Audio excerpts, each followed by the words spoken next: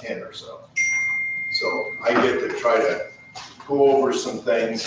What we're going to do is we're going to hit on the listing forms. Some of it we won't spend a lot of time on because I think most of you were in the buyer's class. Good morning. Good morning. So you have to sit right in the front. No. But I'm gonna sit by my friends. grab a hand up. Okay. I think she means we're not her friends. That's what I think just, that's what that's what I, Oh, the people Messed that up. I'm comfortable with. Sound a whole lot Wow. like that to me. I don't know. I was like, wow, geez. Not even a chance to get to know her. no. Made a decision. Yeah. So anyway, so we're gonna go over just those few odds and ends. Is everybody comfortable with the agency agreement? I know we went over it in the buyer's class. Does everybody really understand the agency agreement? Yes, no, maybe? Okay. It's the class today is live, so you can talk, it's fine. It's okay. So with the appointed agency, the dual agency, of course, comes, and in case you get a listing and then a buyer comes along and the buyer's interested in doing something with that, then you need to enlist the dual agency agreement. If there are any questions about either one of those forms, I'll certainly be glad to go over that. So Lance, if you're dual agent, you still need to use the seller appointed agency form? Yes, you have to enlist and engage both parties through agency, and then you convert to dual agency. So it's both of them are required. So you signed them up originally as a appointed agent, and then from there you add dual agency. And so if you haven't done before, here's the bottom line with dual agency. I'll give my dog a full show. So when you're an agent working for a buyer or seller, specifically a client, you signed them up. What you promise to them is you promise to keep their interests above all others up here, including yourself, your company, and anybody else. And so you start that out with either a buyer or seller, and then the other one comes up, and it's the opposite. And you do the same thing. So you promise them, I'm going to raise you above everybody else, including myself and my company. So it's your best interest. So now you have two people up here, and you're promising best interest to both of those. So what happens is you just can't hold the interests of either one of those above the other. Okay? You can't aggressively pursue the interests of one of these parties over the other. You have to represent them. Everything you've agreed to represent those clients is still there. It's still there, you still do it all, everything's the same. So that's a misnomer I think people get with agency, is that somehow when you're representing both parties, something changes. And it really doesn't. You still offer the services and the information, the advice, and those kinds of things to the clients, both. And whatever you offer normally to a buyer, you would offer to the buyer. Whatever you would offer normally to a seller, you would offer to a seller. Those two things don't intersect or they're not problematic. They don't harm one another. So if you think about agency, dual agency, and you think that you can't service one or the other clients because you represent the other one, you really need to check on your thinking. Because what are you doing with a client that you would not be able to represent them in a dual agency? Are you telling them how much they should offer on a property?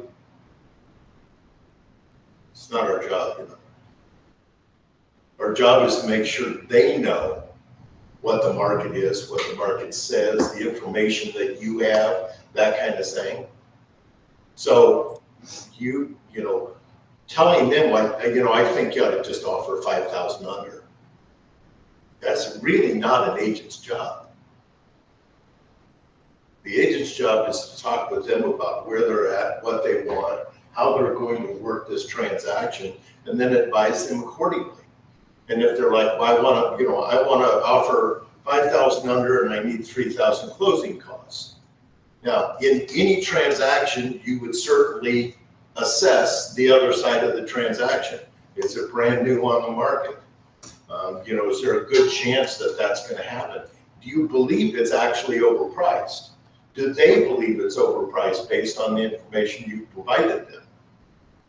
So is the 5,000 under and the 3,000, what is the reasoning behind that? Is it I'm just trying to find a deal? Well, that might be the case, and that's certainly permissible. But if the property came on the market yesterday, you saw it today, and there were 4 people lined up to see the property, I'm not sure it's a good idea to come in 5,000 less. A lot of people have the mindset that, well, we'll come in less. If they want highest and best, they'll tell us. That's not necessary. The seller does not need to go back to anybody and tell them anything. Now, a lot of times we do highest and best. But what if somebody else comes in, they're already 1,000 or 2 over, they're not doing inspection or whatever, and you're not even in the hunt then.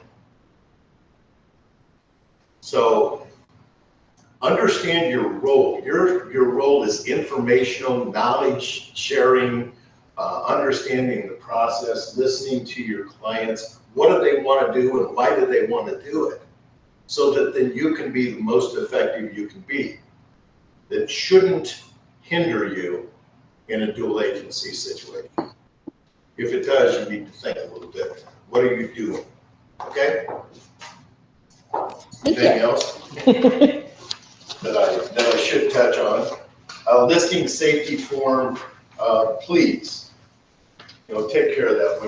When you do a listing, this started a long, long time ago. I think it's probably, for some people, think it's because of COVID that we have a listing safety form. It is for the safety of the agents, the safety of the agents. So what you're doing is asking the seller to support you in the effort to require that buyer's agents interview and understand who the buyers are before they take them looking. So that phone call, the Zillow phone call, hey, I saw this one, really want to see it, can you meet me there in an hour? Is that a good idea? It's like, nothing about these people, nothing about their qualifications, and you're getting ready to take those people into somebody's home to show it to them. With all of their possessions, all of their things, are you good enough at your job to understand how to keep 3 people that you're showing a house together? Are you good enough at that? Because they'll split on you. One will be like, I'm gonna run downstairs. The other one's in a bedroom. The other one's going over here. Are you good enough to understand how to bring them together? Are you strong enough? If you just said, sure, I'll show it to you in an hour, I would guess you're not strong enough. You're not strong enough to handle that situation. So do a safety form. It just asks people, look at you, aren't you wonderful? You did it for the donut. Yeah, you did it right there. You did it for the donut. Thank you. So that safety form. Listing data. There's 2 things that are what I missed. The agreement, or are you saying the listing agreement? I have. It was before the listing safety. I have safety. What And then I had, oh, it's before safety. I did lost right by that. Well, I wondered if maybe you had a different order you wanted to No, hit it. No. Just checking. I am at your mercy as far as orders. Oh, dear Lord. Yeah. So the listing agreement itself, and we're gonna go over, there's a couple of little minor changes that are coming as part of the listing agreement. You guys will get a heads up on that before anybody else has. The listing agreement, this is the contract that you're entering into as the broker's agent with the seller. So there's no spot in here that should be left unchecked, crossed through, unfilled out. None of that's available here. And one of the things you need to understand about contracts is that in a court of law, if all you did was put a line through the blank space because you saw it and you knew about it and you put a line through, the court will assume that you in fact knew what you were doing, explained that, and it wasn't applicable. If you leave it blank, the court will assume you skipped it. Okay? That's the difference. It's just like, yeah, I don't need that. Just a lunch, just a line, or an NA, either one. Trust me, if you're in court, you don't want them asking about why things are fine. Trust me on that one. It's not a good thing. So with a listing agreement, when you're doing this, this is the information that is available to be put on the MLS system as far as the price, the terms, that kind of thing. The termination and protection, who's been listing in here so far? What you said. Who's listed a property? Okay. I have. What kind of term did you put in? How long? Oh, 6 months. 6 months? Yeah, 6 months. 6 months, okay. I did it a year. You did a year, okay. All right. That's awesome, because a lot of people think because of the market, how fast it's churning, that, that do like 60 days, 90 days, that kind of stuff. But if you can negotiate a 6-month agreement, that's a good thing. You're understanding the process, if that's going on. The termination and protection, that's a part that gets missed sometimes, and not only it is the expiration date of the contract that you're talking to, it also has to do with if you terminate that contract or if it expires, you have an opportunity to list off people who have shown that property or people who have seen that property and reserve them for a period of time. Let's say you've had it listed for 2 months of a 6-month listing. Seller calls, it's like, I'm absolutely done. I don't want to sell this anymore. I'm done. We've decided to stay. We're done. And you're like, okay, well, no, I understand. No problem. And then 2 weeks later, you notice that it's got an accepted offer on it. You happen to look around and you find out that that accepted offer is actually from somebody that you showed the house to, or it was shown to by another agent, that person was. And you have absolutely nothing you can do about that unless you reserved him. That's the protection. So you can put a name, a list of names together of those people. It needs to have their name, their full name, and their address has to be included in that list. We don't have to have a phone number, right? I don't believe so. Pretty sure we don't. But you have to put their name and their address on that list. It has to be submitted prior to the cancellation or the expiration of the listing. If that happens, if any of those people come and write an offer, your interests are protected on the property. You then would be the listing agent again for those people if they came out. Maybe it's legit. Maybe the people they were done like that and the person knocked on their door and goes, hey, we looked at this a couple months ago, really liked it, we weren't financeable at that point, we are now, would you consider? Yeah. So this way you're protected. Those names belong to you. They are your clients as far as the listing goes. It doesn't have to be just people you showed it to. You can call, like another agent has showed the property, and you can call and say, hey, can I get name and address because the place is gonna expire, or they wanna cancel, and move on with their lives and stuff.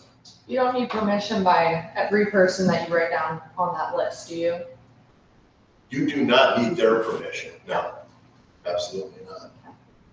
Yeah, you don't have to have their permission, but you do have to have the seller sign off on it. And then you leave the seller a copy, you inform them that if any of those folks buy the property within whatever protection period, so you might have decided that you're gonna protect for 120 days or 180 days after the incident expiration or termination.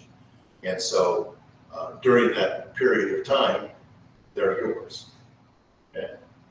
So it just prevents, I tell people, it's like, just trying to keep honest people honest here. It's not a statement, it's just business. Okay?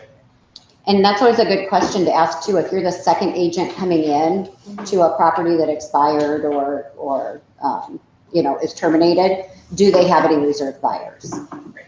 Yeah, you might say, do you have a protected list from the previous agent, that kind of thing. So certainly you want to be aware.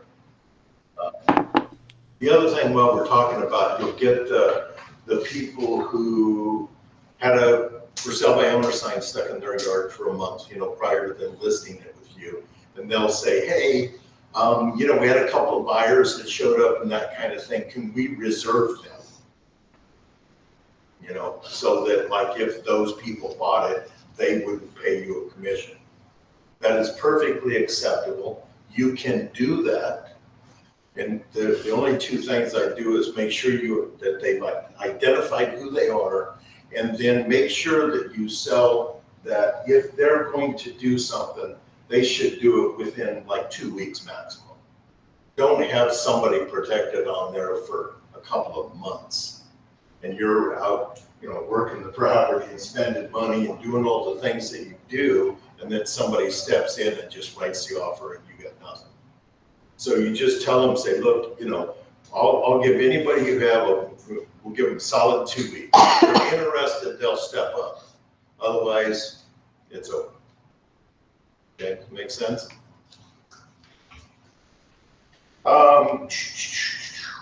Marketing, obviously. Anything that you can do to market the property. Well aware that until a listing is signed, that discussion of a specific property address or information about it. Once you talk to a outside agent, and by that I mean anybody that's not in Concepts, if you talk with them, give them that specific information, at that point you have, quote, advertised the property.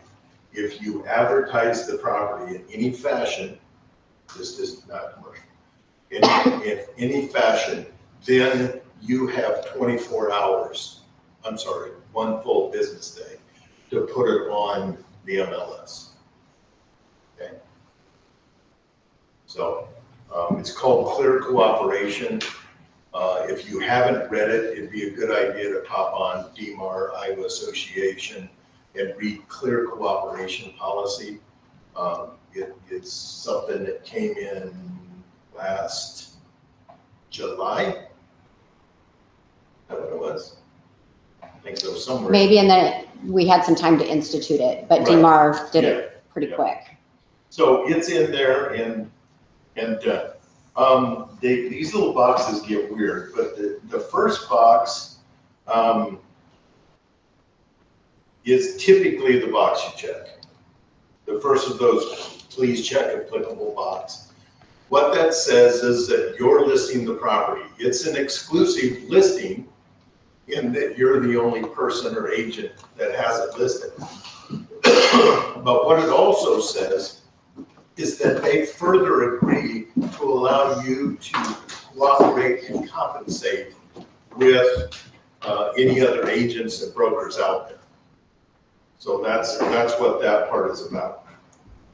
The second one is just for, it's called an office exclusive, and that means that you would list it, it's only available informationally in your specific company / office. It's only available to those people. It can't be advertised. It can't be sent out to other people. It is only for you. Okay, so that, it depends, you know, we had one in Newton just recently where it was a judge that had sat on the bench for quite a while. He didn't want everybody in the world to understand that the house was on the market and that kind of thing until it was, you know, until they could get it sold. So it's not meant to hamstring, but it is meant situationally to help out. The other one, which is the most misunderstood thing on here, is owners, sellers have checked the appropriate box below for display of the listing on the internet. And so they either want it or they don't want it. And if they don't want it, they have to check that they've advised the broker that they don't want the listing displayed on the internet. And then they also have to select, if they do want it, that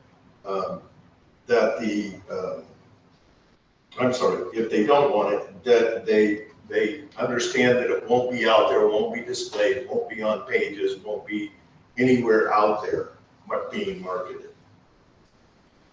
Non-discrimination. It's an interesting topic, especially now, it's very topical.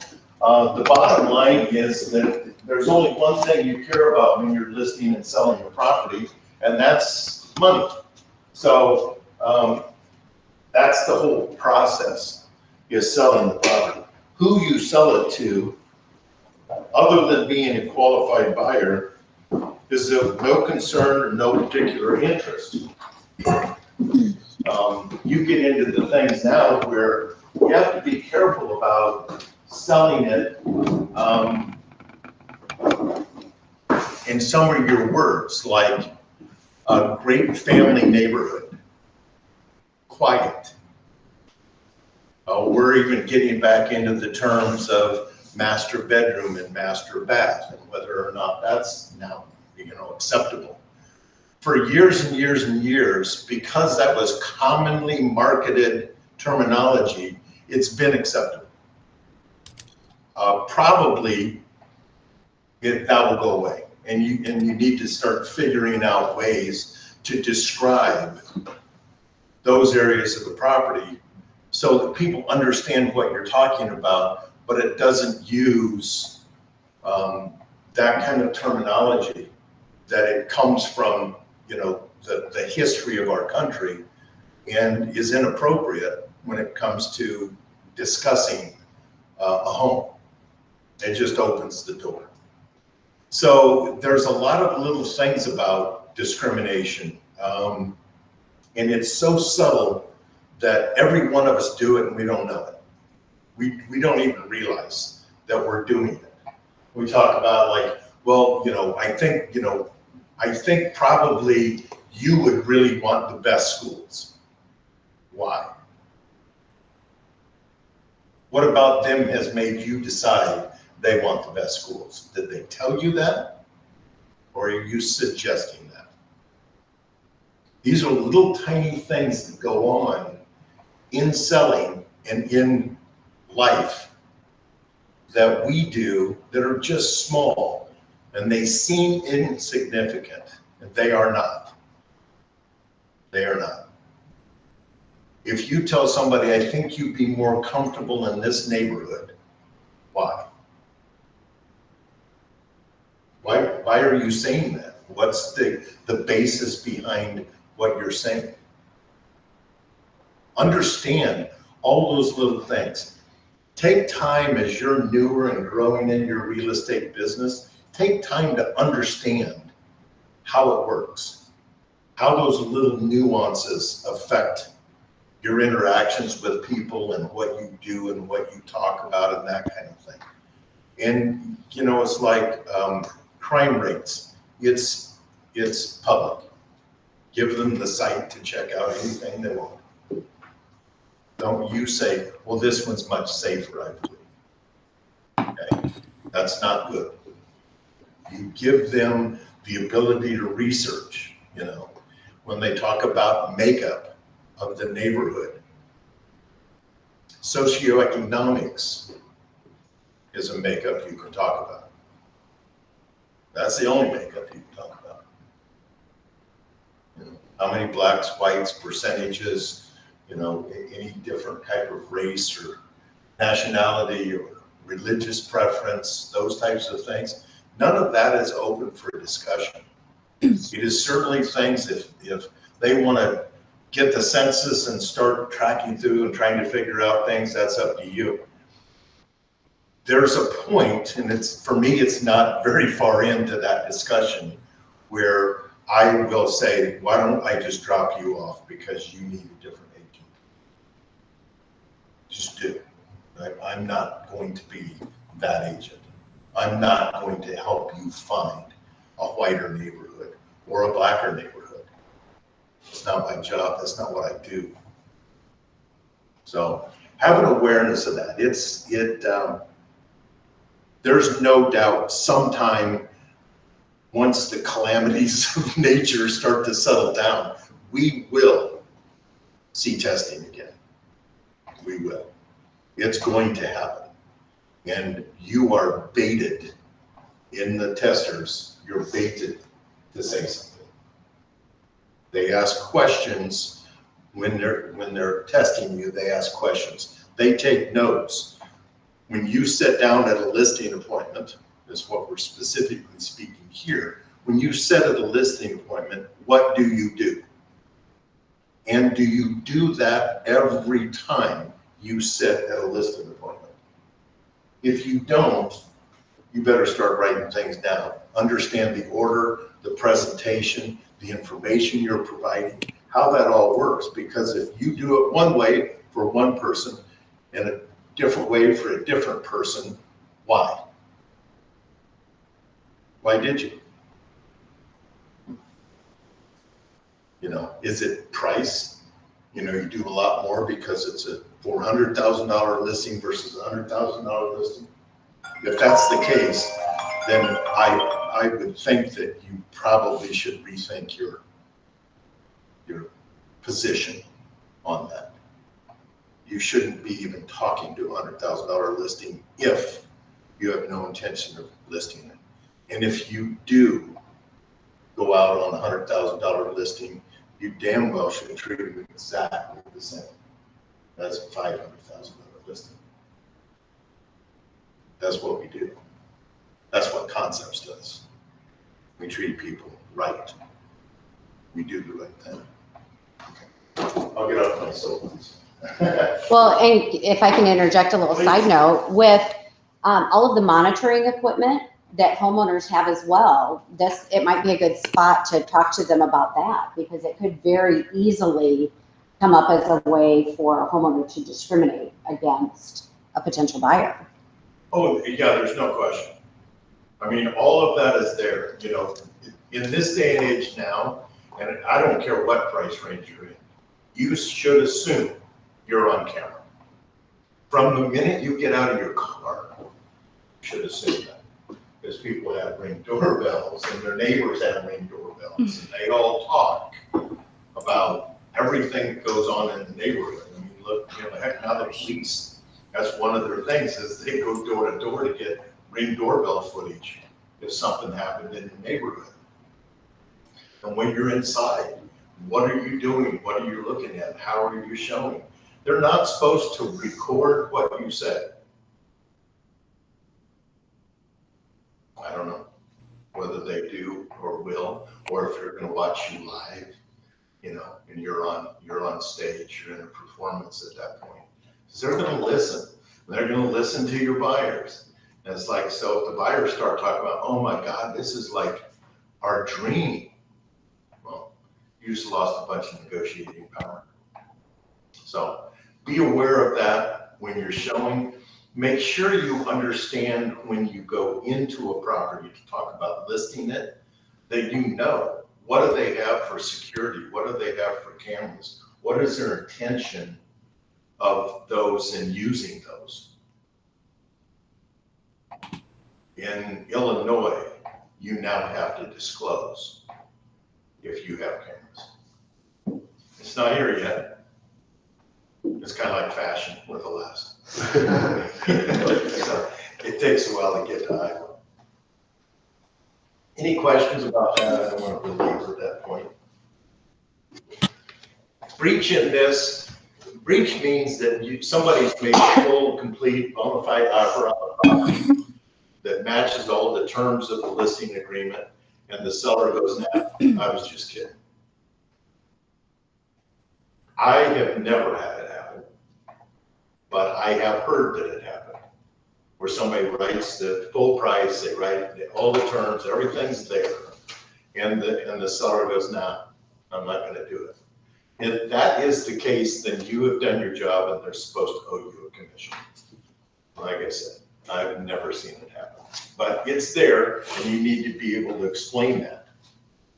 And what I tell most people, I said, listen, if somebody comes in, writes a full price offer, wants to close on the dates you want to close on, doesn't want to do an inspection and didn't ask for a home warranty, you're going to fight me to get the pin out of my hand. Because that's, that's what we're doing here. So, admin fee. I don't know, has anybody had a listing and where they're talking about the admin fee and they're having trouble explaining that? It's not a big deal. There's a lot of things that go on behind the scenes of entering a listing and processing once an offer's in and all of that. What is the sheet that we have that's for that? I think that's on the buyer side, the buyer broker. I thought we had a seller side too. I'll look. I thought so anyway. Well, it kind of spells it out on the contract Yeah, too, it a little does. bit. That does, correct. It does, I forgot that part was in there. But I haven't spent a lot of time with these for a while. And I do apologize. When it comes to forms, I haven't used them for about 2.5 years as far as working with them. So I'm not your happy agent. I sit around trying to solve problems and help you when you get behind or advise you when there's a problem. So that's mostly what I do. And I know the forms and know what they do and what they say. But the actions of working with them, I don't get to do it every day anymore. So yeah, there's that under there. Representations just says that they gave you the information to the best of their knowledge and beliefs.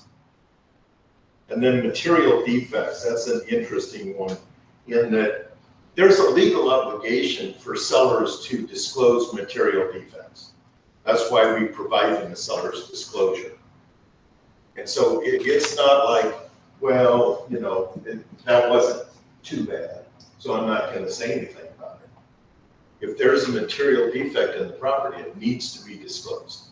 And if it's not, and they can prove that you didn't disclose that, that's very problematic to a seller. Very problematic. So, the two things that are going on this form that I'll let you guys know about is in the termination and protection, we're adding a start date. So if you, in your process, you're going out and you're talking, you got everything worked out, but there's a few things that need to be done on the property. But you're there, you say, you know what, you want to just go ahead and get everything executed and ready to go, and then we'll start it next Monday. So now it will have a start date of when the listing is actually going to be live. Okay, so you don't have to sign it the day up. There's no pressure to do that. So you have the ability to sign, and then it's going to go live in a few days, or maybe even a week. I think we put a 2-week maximum on that, if I remember. So what it allows you to do that. It does protect you. So understand that the first time you can get a signature on the listing form is the best time. Okay, because the next thing you know, they're talking to their cousin and they have somebody they know, and those people are interested in living in that neighborhood, and they want to buy their house, all that goes on, and you've done all this work, and they go, oh, hey, this friend of our cousin and all that, they called and they're actually going to buy the house. And you got nothing. If you have a signed listing agreement, they're actually going to buy the house with you. So, and you can negotiate on that, okay? So it's a little bit of a protection as you're going through the process. Make sure that you're covering yourself as well.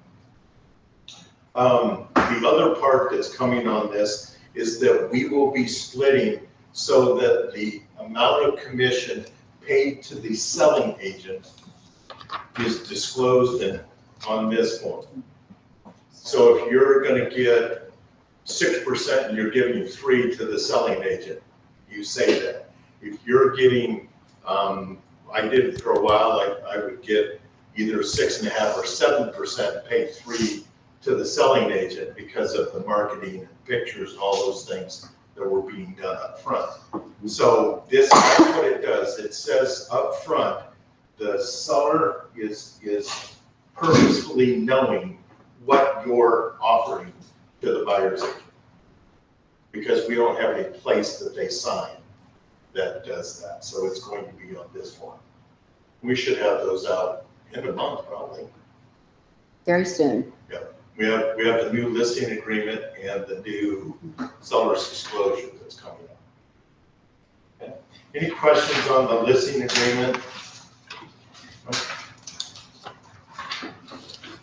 Okay, listing data sheet. One of the reasons that we put the commission on the listing itself, the buyer's agent's commission on the form, was because nobody wanted to go back to having signatures on the listing data. That's what we had before. You had to have the listing data all filled out along with the listing contract. It was a 4-page agreement that they signed, and all of these pages were initialed. Lots of people did not like that. The one thing it does do is that when you fill all of this information out and you put this information on the MLS, it's you doing it.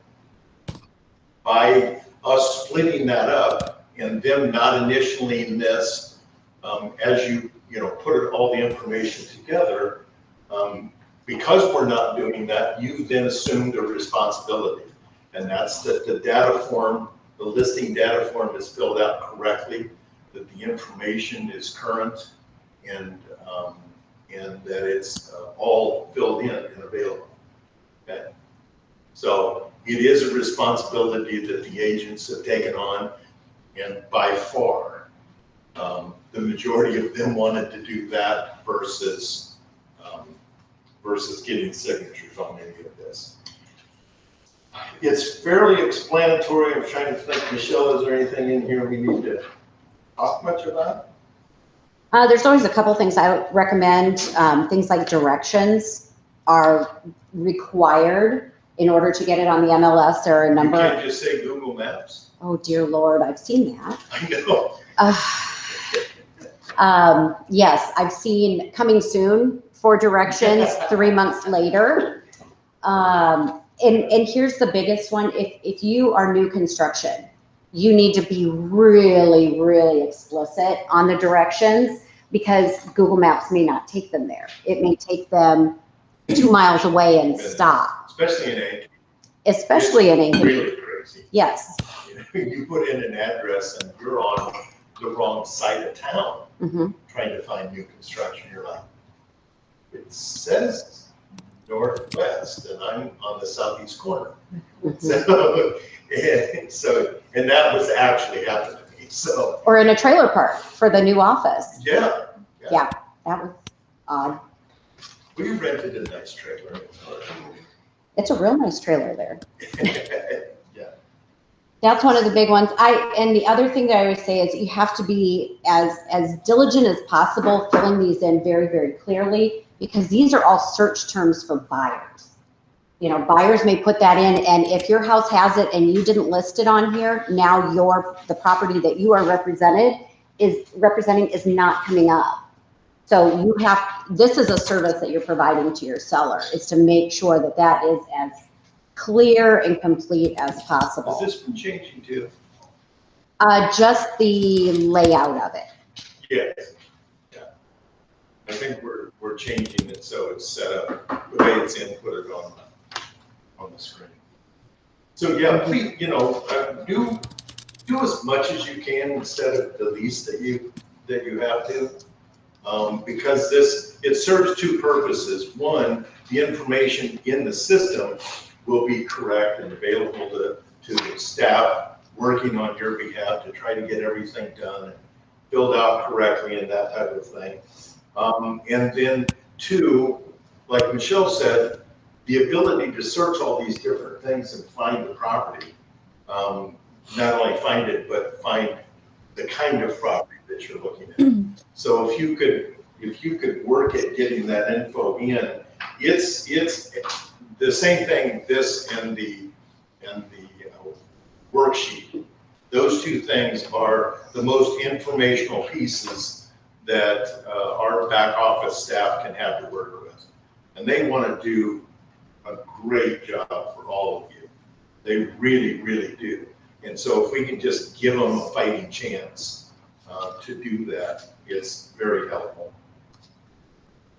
Any other questions on that? I will slide by variable rate, because that gets misunderstood a lot. Listen, if you've got a listing and you believe that it's going to have the kind of interest, and if you then offer to the seller that, like, listen, I'm going to charge you 6, and I'm going to give the buyer's agent 3. But listen, if I happen to bring a buyer, I'll just charge you 5. That is a variable rate commission. If you have that discussion, that box has to be checked. If in the process you get something and you're in the process of negotiating and all that comes up and you're going to take a little hit here to make something happen, that's different. This is, you have pre-planned with the seller that you're going to take less if a buyer buys it from you. If that's the case, check very good. Okay, questions?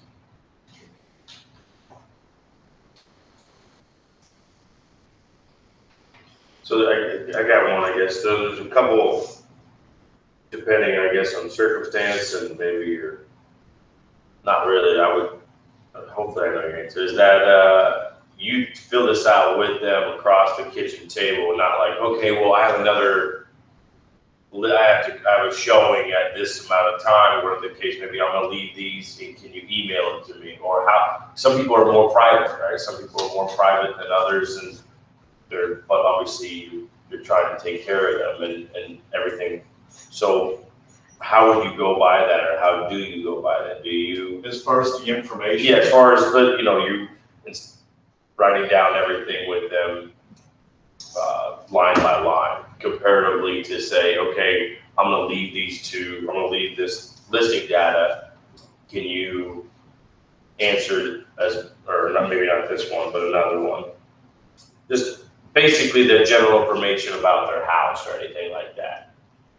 I think everybody does it a little different.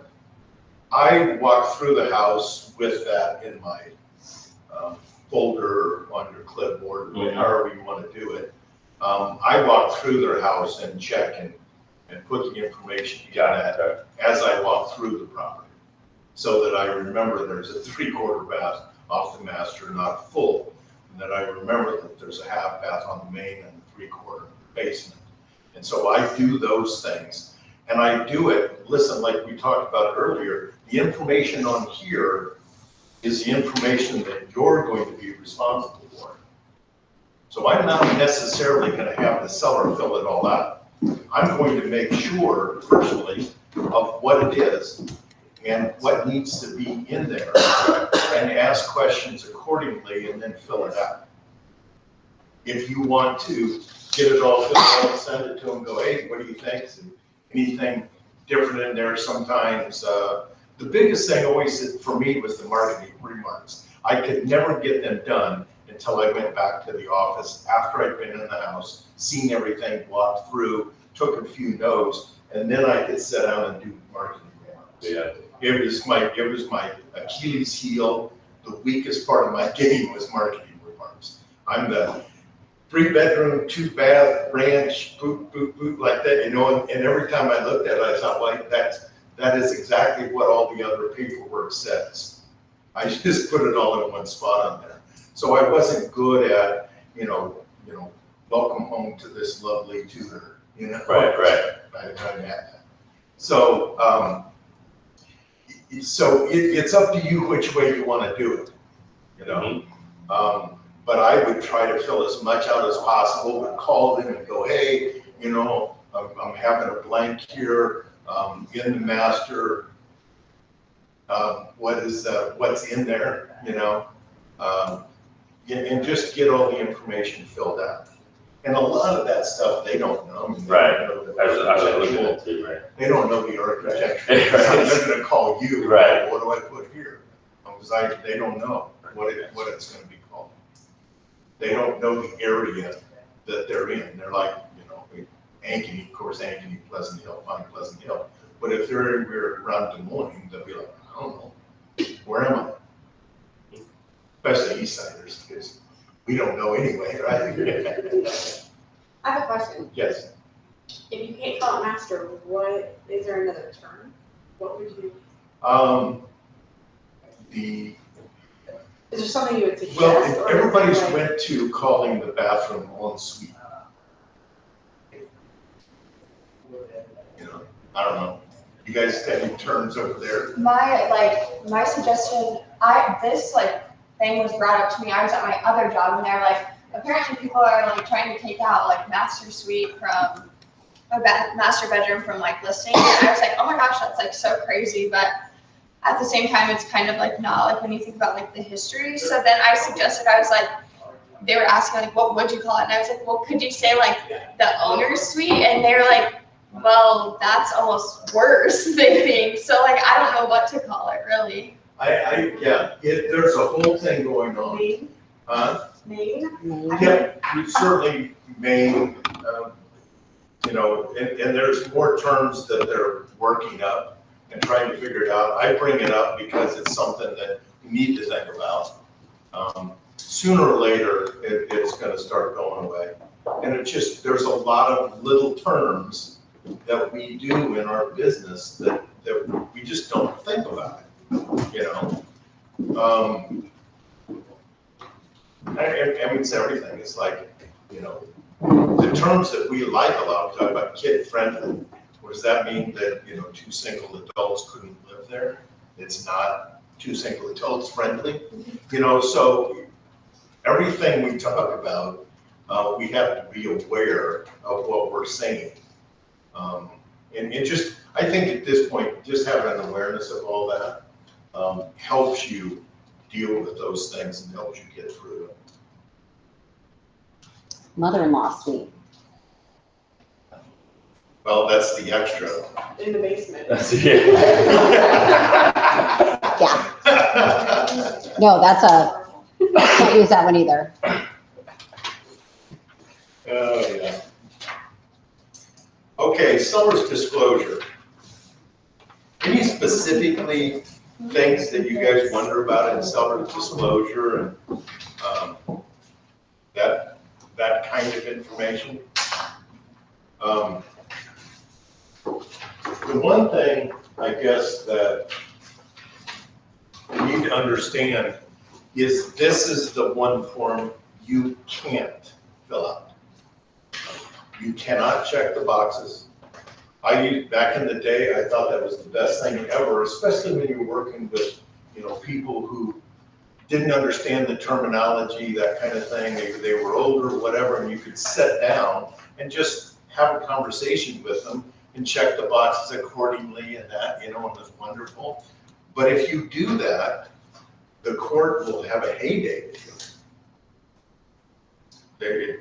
It just is. I was involved in one last year as an expert witness, and the person checked all the boxes and everything, and I was like, oh no, it's not good. That was, even if they signed it and stuff, it's like they didn't check the box. So every single thing on the seller's disclosure has to be done by the owner. And however you do that, if you've got sellers who understand how systems work, and you can just send that in dot loop to them, open so that they can check boxes and that type of thing. And what I did was I sent it to whoever that person was going to be, whether it's husband or wife. I would send it to that one person that was going to fill it out or answer all of the questions. I'd send it only to them, and with it open for marking the boxes and open for signature. And then they could fill it all out, get it all ready, sign it, send it back, and then I would send it to the other person, but I would take off the ability to change, and it would be signature only. Okay.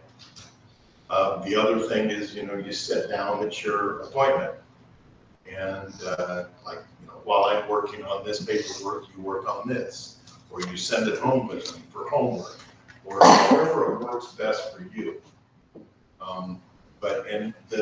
You're gonna love the new seller's disclosure.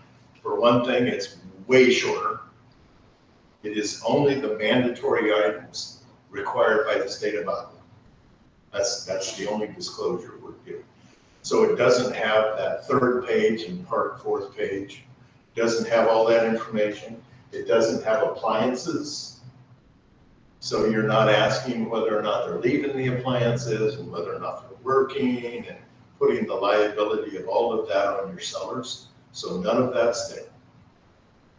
And one of the things about the seller's disclosure is that a lot of people think that the seller's disclosure is the default to the purchase agreement. They're like, well, you agreed to it in the seller's disclosure, but in fact, they didn't agree. Right in this seller's disclosure, it says that these items need to be in the purchase agreement. Everybody seen that part towards the bottom of the appliance section? Or is it the top? I think it's the top. People miss it all the time. Mhm. Okay? So it's going away. But see, included items, negotiable, requested items should be in writing in any offer to buy, and the offer to purchase is the final terms. So if you fill out stove, dishwasher, washer, dryer, refrigerator, and you write in the purchase agreement, stove, refrigerator, washer, and dryer, you're missing something, right? At that point, it doesn't matter what this says. So the other thing is, in today's terms, an awful lot of things outside of the norm. Stove, refrigerator, probably no big deal. FHA doesn't even have a big deal with stove and refrigerator. But if you're doing washer and dryer, you're throwing in the right lawnmower, or whatever it might be, we have a bill of sale. The bill of sale, you list the items, you make it that upon closing, the buyer's going to purchase these items for $1. It's not an addendum. It isn't part of the purchase agreement. It's not required to be given to the lender. It's outside of, it has nothing to do with real property. It has to do with ancillary items. And so it isn't part of the contract, isn't part of the negotiation as far as the purchase agreement happens, okay? So consider that if you're doing extras, if you're doing extras in your process, consider a bill of sale. Wine fridges are big now too. Hmm? Wine fridges? Oh, yes, right, fridge. A lot of times you want to make sure your wording is such, that it's descriptive of the fridge that is there. You have to sit right here up front. Right in the center. But you want to be descriptive, because if you say refrigerator, and there's one in the basement and one in the kitchen, and they leave the one in the basement, and they take this stainless steel French drawer, one that was in the kitchen. So think to be descriptive in that, okay? Did you want to hit exemptions with the new exemption stuff Oh, that's yeah, coming up yeah. on, it's not on this one yet. Yeah, right. The new one, the reason that we are making that new form is that in the exempt properties, exempt,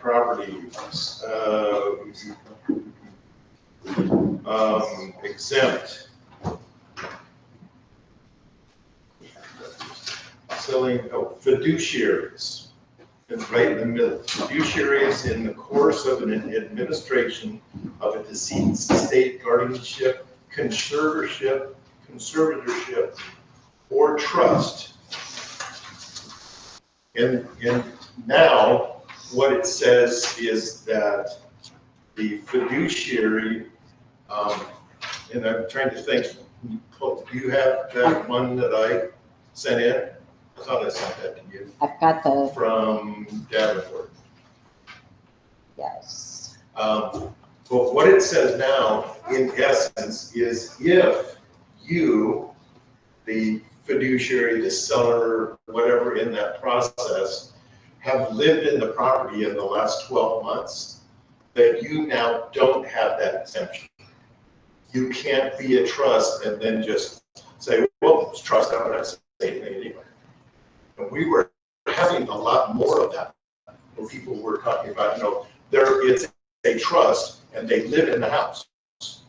And then they're like, well, it's a trust, so I don't have to say anything. And they lived there for 5 years, and they, quote, are exempt. So we worked the RPAC, our Realtor Political Action Committee, worked with the legislature and got that fine-tuned a little bit.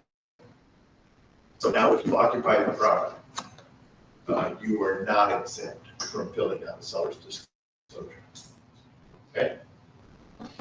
And that will be coming along with the new seller's disclosure also. Instead of having yes and no questions like this on the page, will all be one single column of yes and no questions.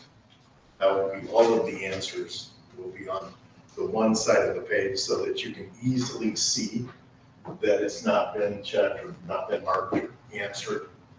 So it'll be much more easy to use as for the sellers. Any other disclosure questions that you're wondering about?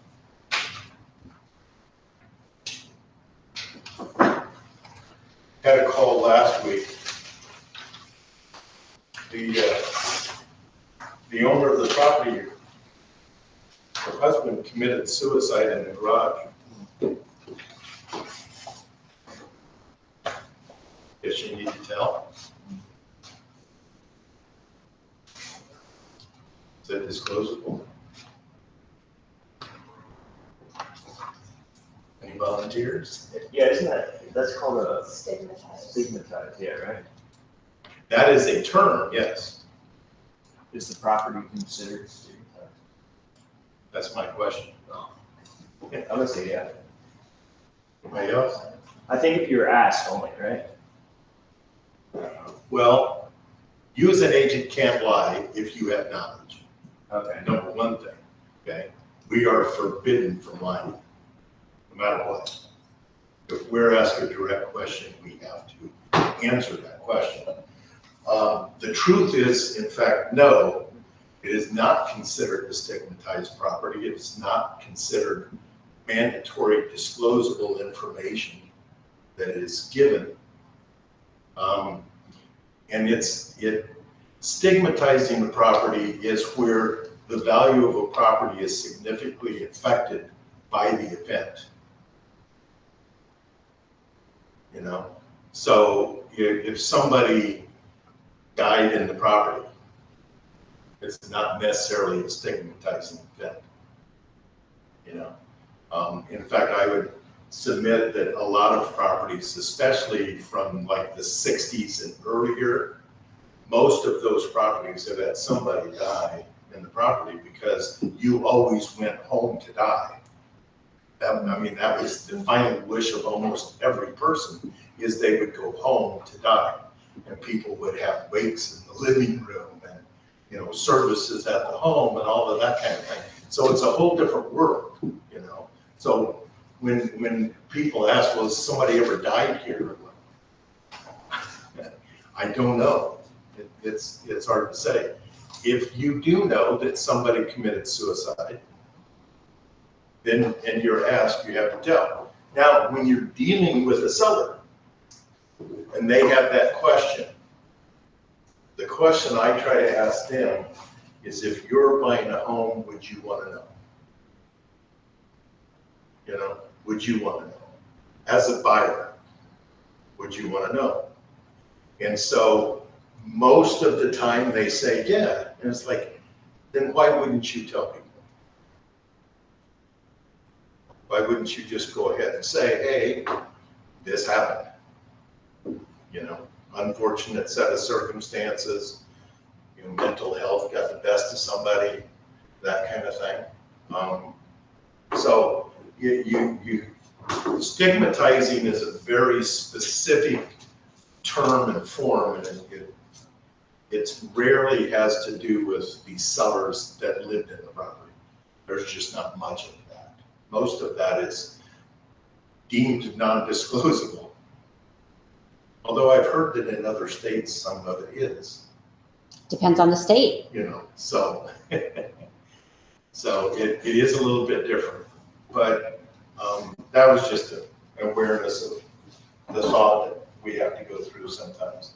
And with hospice care, we're also seeing a trend again towards people going home, you know, to die as well.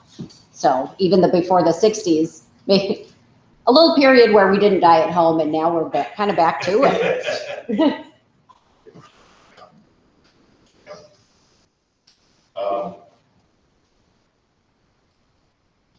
Okay, so lead-based paint disclosures. Is everybody familiar with that and what's required? The year, what's the year?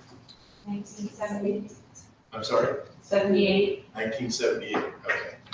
So if it's prior to 78, then there needs to be a disclosure filled out. How about testing for lead-based paint? Do you know anything about it? Because it's done, but the lead-based paint disclosure gives you an opportunity to have an assessment. It is very rare that somebody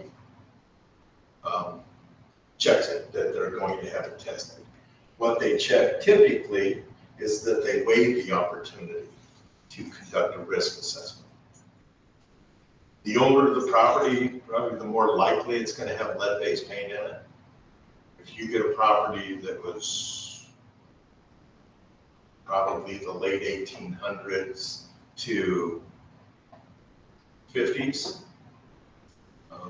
there's real likelihoods that it's in there. In most situations, covering the lead-based paint is the cure, paint over it, that type of thing. There are scenarios where you get into certain loans where they will look at windowsills and stair treads to see, and if there's deemed to be lead-based paint there, you might have to remediate. The reasoning for that is that kids chew on those things. They chew on windowsills and they chew on the nose of stairs. Okay? And it's the reason is that lead-based paint has a sweetness to it. And kids, once they taste it, will come back to taste it again, because there's a little sweetness. It was real problematic in Chicago, well, probably some other large cities, but I know Chicago for sure. They had large, low-income housing, and they had windows, and there was no air conditioning, so the windows were up and down all of the time.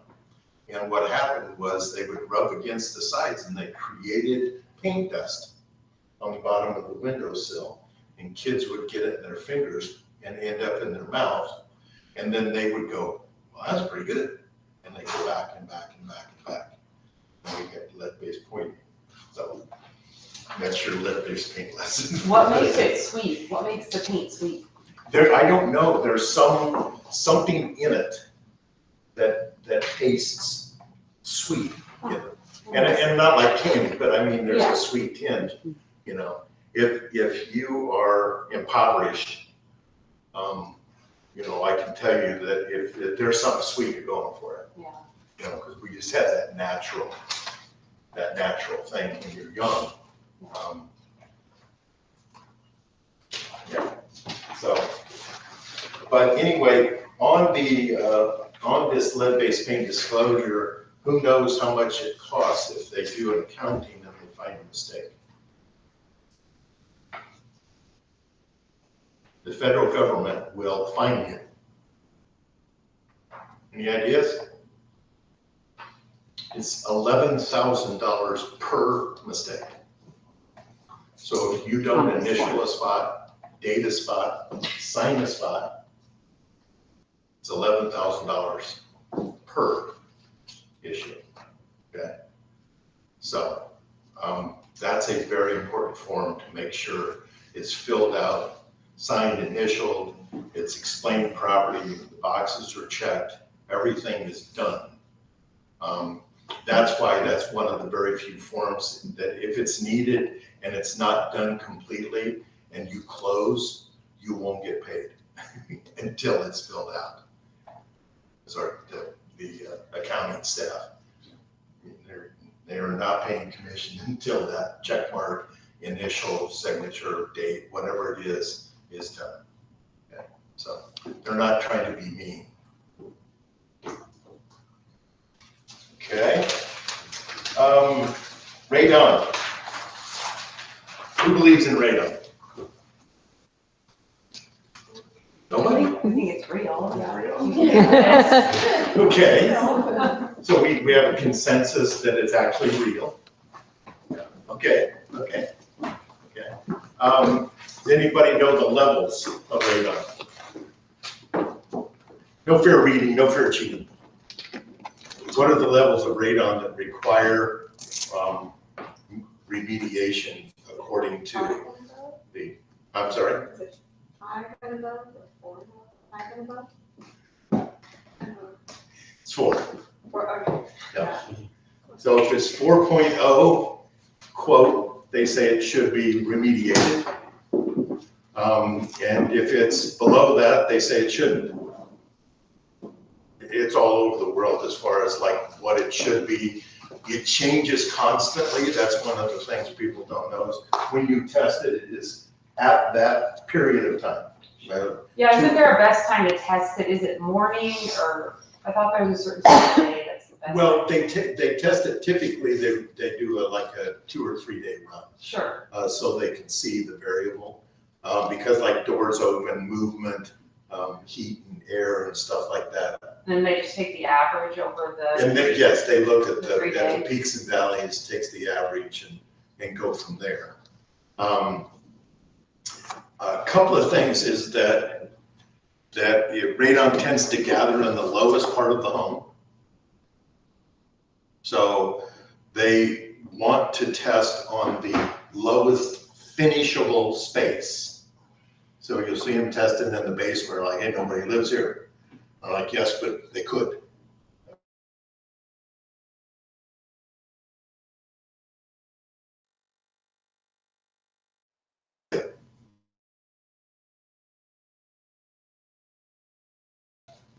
To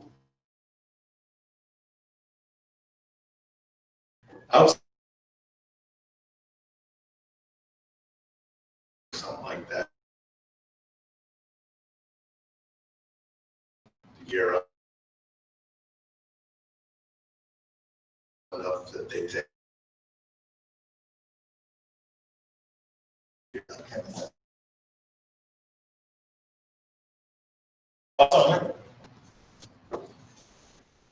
It tends to, like I said, it tends to be stronger and lower. A rule of thumb is that typically, if it's 8 in the basement, it's 4 on the main level. It's the rule of thumb. You know, so if you get a 25 in the basement, then the first floor and probably the second are above the level as well. Any other questions about radon? Are the levels usually higher in homes with crawl spaces? They can be, yes. The fact that the dirt's open, typically with crawl spaces, you don't have the airflow coming into the home. Yeah. Where in a basement, you know, your air is being conditioned and it works all the time. So it can take that basement air and, you know, run it through the house, where in a crawl space that doesn't happen. The problem tends to be when you get to a 4-level split and you have that one level that is like crawl space, and it's typically open to the basement level. So you'll find a lot of times when they're trying to get the radon level down, they will have to go in that crawl space area and they will have to do plastic and seal around it to keep the ground from leaching into the air. So, yeah, but yeah, that's good. That's good. Well, and one other conversation with your sellers is letting them know that that is one of the tests that buyers can do, and that they may ask for remediation, and just talk that through ahead of time so that you're prepared. But putting seller buyers welcome to test for radon.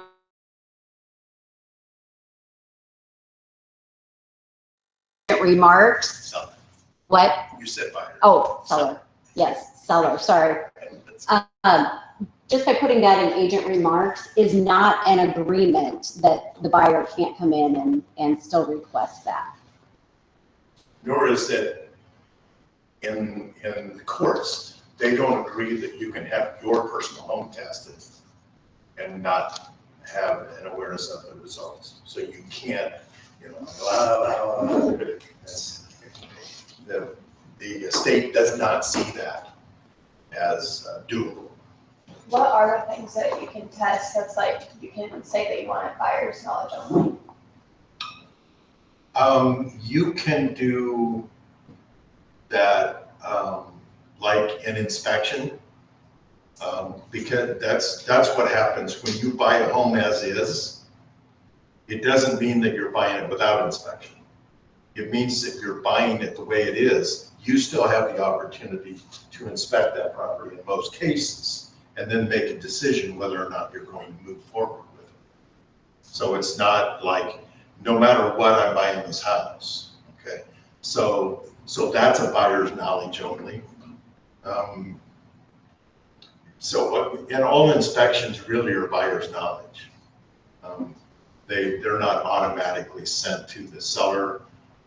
You send you do an inspection on the property and you find some things, and then you send it some individual items in an addendum, and then those things become knowledge of the seller and then have to be redisclosed if in fact they need to put the house on the market. Now, the awareness on that is that it has to be proven. Okay, so the fact that the inspector says he believes that could be mold doesn't mean there's mold in the house. If it's tested and it says that's mold, that's disclosed. Okay, so it gets real kind of fine-tuned in what actual knowledge is. The term in seller's disclosure is that the seller needs actual knowledge. So that's what has to be passed forward.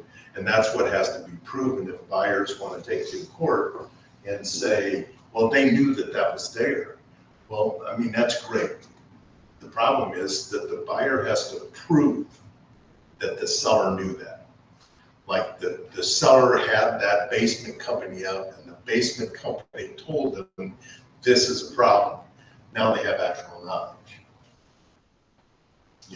But the neighbor who said, I swear they had water in their basement because they had their carpet laid on the parking one time for the garbage to pick up.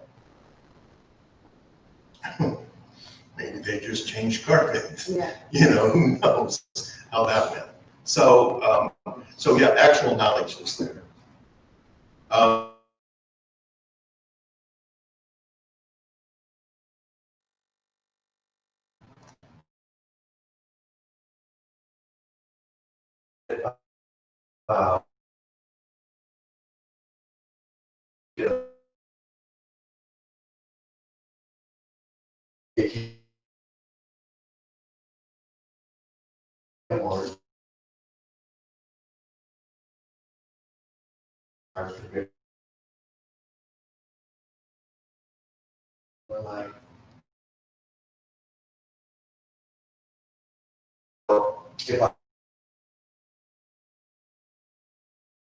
Because with right, multi-family units at risk. Yeah, of course. But how about like if you're getting ready to list a property and you started pre-testing and you started pre-inspecting? Has anybody ever pondered that idea? My daughter-in-law, when we were a team, started doing that. Now she just does it on her own. But we started doing full pre-inspection, full radon test. We did do termite, but the company that was doing that didn't include it anymore. And so all of that information was put out. In the process, it's been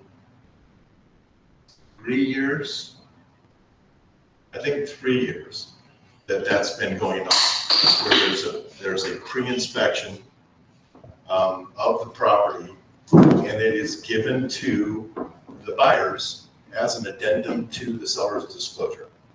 And in there is also a radon test.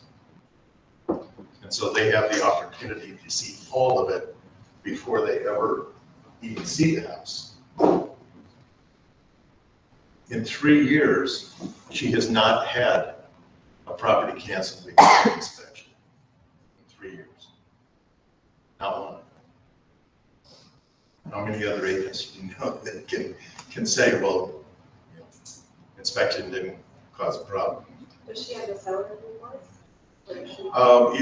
No, she doesn't. It's done in the process of commissions. So, but I know that, hey, hello.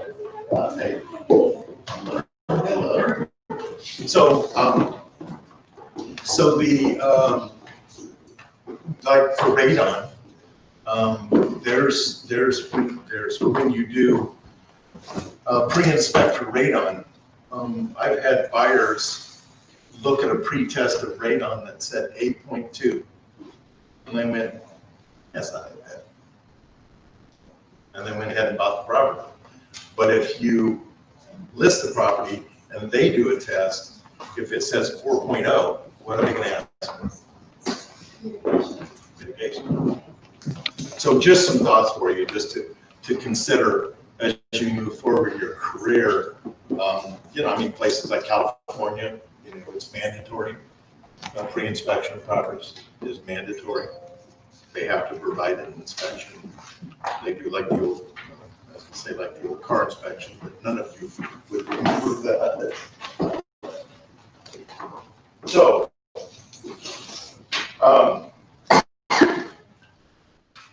there's a home warranty thing in here. Home warranty, is there any questions about that? I talked to one person the other day, and he was adamant, adamant, that he didn't sell insurance, and he was not about to sell a home warranty under any circumstance. So, you know, so what's everybody feel about home warranties? So, hey, how you doing? Good. That's cool. We're trying. We're trying, yeah. So,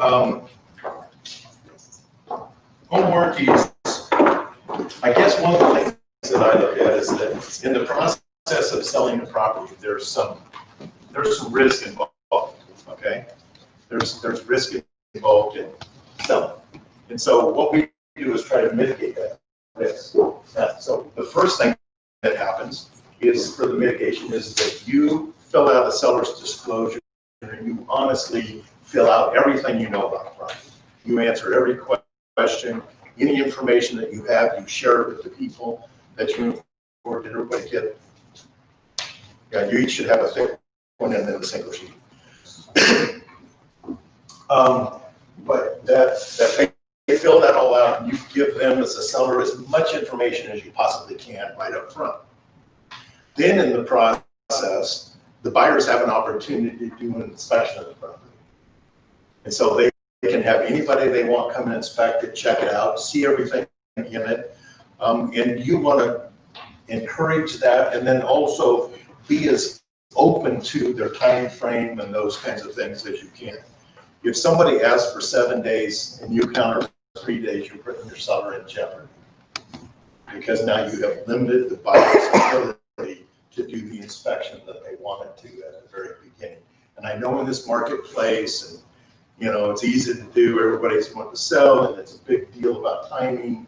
But you want to try to give them ample time to be able to get somebody in, look at that property, and see what's going on. So you've told them everything that you know. You've allowed them to look and find out anything they can about the property. And the third thing is to offer a home warranty on the property. And that's for those things, because somebody can have a wash machine in the basement of their home, okay? I've got a older home. They have a wash machine in the basement. They've done laundry in that place for 15 years. And they have never had a problem, ever. It's wonderful.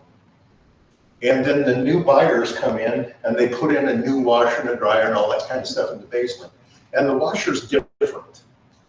It's maybe newer, updated. It has faster flow, you know, of empty on the load, and it does all those things. Or, you know, before, you know, on the side of the bed, they had an alarm clock plugged in. No big deal. And now you've got a light, and you've got a clock, and you've got your computer charger, and all these things plugged in, and it keeps tripping. You know, the buyer's like, well, they had to have known that happens, right? I mean, it trips all the time. They couldn't have lived here without it doing that. They had to know that. Think they knew it? No. They had an alarm clock plugged into it. So the idea is that there's things that you tell them, things that they find, and then there's these other things. These things that come up during the move, come up after the people move in, the change of the people, the change of the temperatures, the lifestyle change, all those things bring something up. And you have a warranty to cover that. And you do that for a year. That's the best risk-based management that you can do for a seller. Try to keep them out of any kind of trouble. Okay?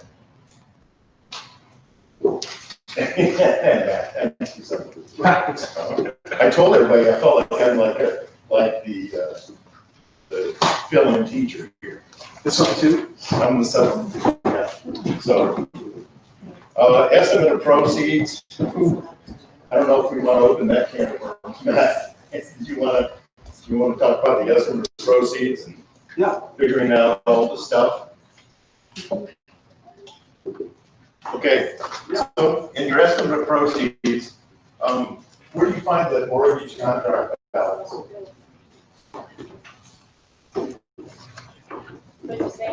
Where do you find the mortgage contract balance? You're trying to find out how much, what their estimate of proceeds will be. I just asked them. Ask them to look at their mortgage statement. You know what? Hey, I'm just trying to be thorough here. Some people are like, well, yeah, find the information from them and have them figure out. I will say that there is a difference between the payoff and the balance, right? So a lot of people will give you their stub and it says balance, but the actual payoff is about maybe a month and a half, 2 months of payments on top of that. That's the actual payoff, okay? And if you're going to be wrong on this estimate of proceeds, it better be because they give you the wrong payoff. You know what I mean? I do let my sellers know that this is just an estimate, that it's not actual, but you should be really close. And as you start to get settlement statements out for your seller, double check and make sure how close you are. It kind of be a little fun game to see how exact you can be, okay? Oh, you want a quick fun story? Sure. We just had a seller who is furious because they sold her house, they went to closing, did all of the signing, they signed the CD, everything about it. And then after the fact, after they signed everything and closed, they found out that in fact the lender charged them a prepayment fee of margin. So when he's trying, I think when he's trying to, just so people don't understand, you're not tracking you. Some mortgage clauses have a prepayment penalty on it. So I just refinanced commercial building, normally been for 5 years, and there's a 3-year prepayment penalty. I think it's like 3% the first year, 2% the second year. Well, so if I was doing finance with another lender or go to pay cash to pay it off, there's going to be a penalty assessed. Now, generally, that doesn't happen with residential homes, but as Matt says, there are occasions. Yeah, the idea behind that is when you're talking to people, find out what they owe, have them show you that sheet, talk with them about it, so that you have pretty good knowledge. And always fill out an estimate of proceeds when you list the property. Yes. Because then you have kind of an idea. If you do that and had that have been done on this transaction, and it was done and sent in, the closer would have like got the payoff and everything like that, and it would have went, oh, that doesn't look right. But our closer had no possible way of knowing that that was an anomaly that the seller, quote, didn't realize. Yeah. I think the hardest thing for new agents to figure out here with this is the proration of taxes. It takes a little while to understand. Yeah. Me and Lance are not going to go with that, right? It does take a little while. I know tax protest. There you go. That's like Boo. so. Why would you put it the other way? Just in case you know the internet's down and you have to go old school. Ow. Just realize that, you know, you're constantly anywhere from 9 months to 15 months in arrears, depending on where you're closing. So if we had a closing September 30th, how many months will a seller be paying in taxes? It's kind of a trick question. Anybody ask, you know, why it's a trick question? Still July to July, so like 14. Close. Anybody else want to get a shot at it? Remember, in September, we pay our taxes for 6 months. So you'll be paying 6 months current and a 9-month proration. So you'll be 15 months of taxes owed.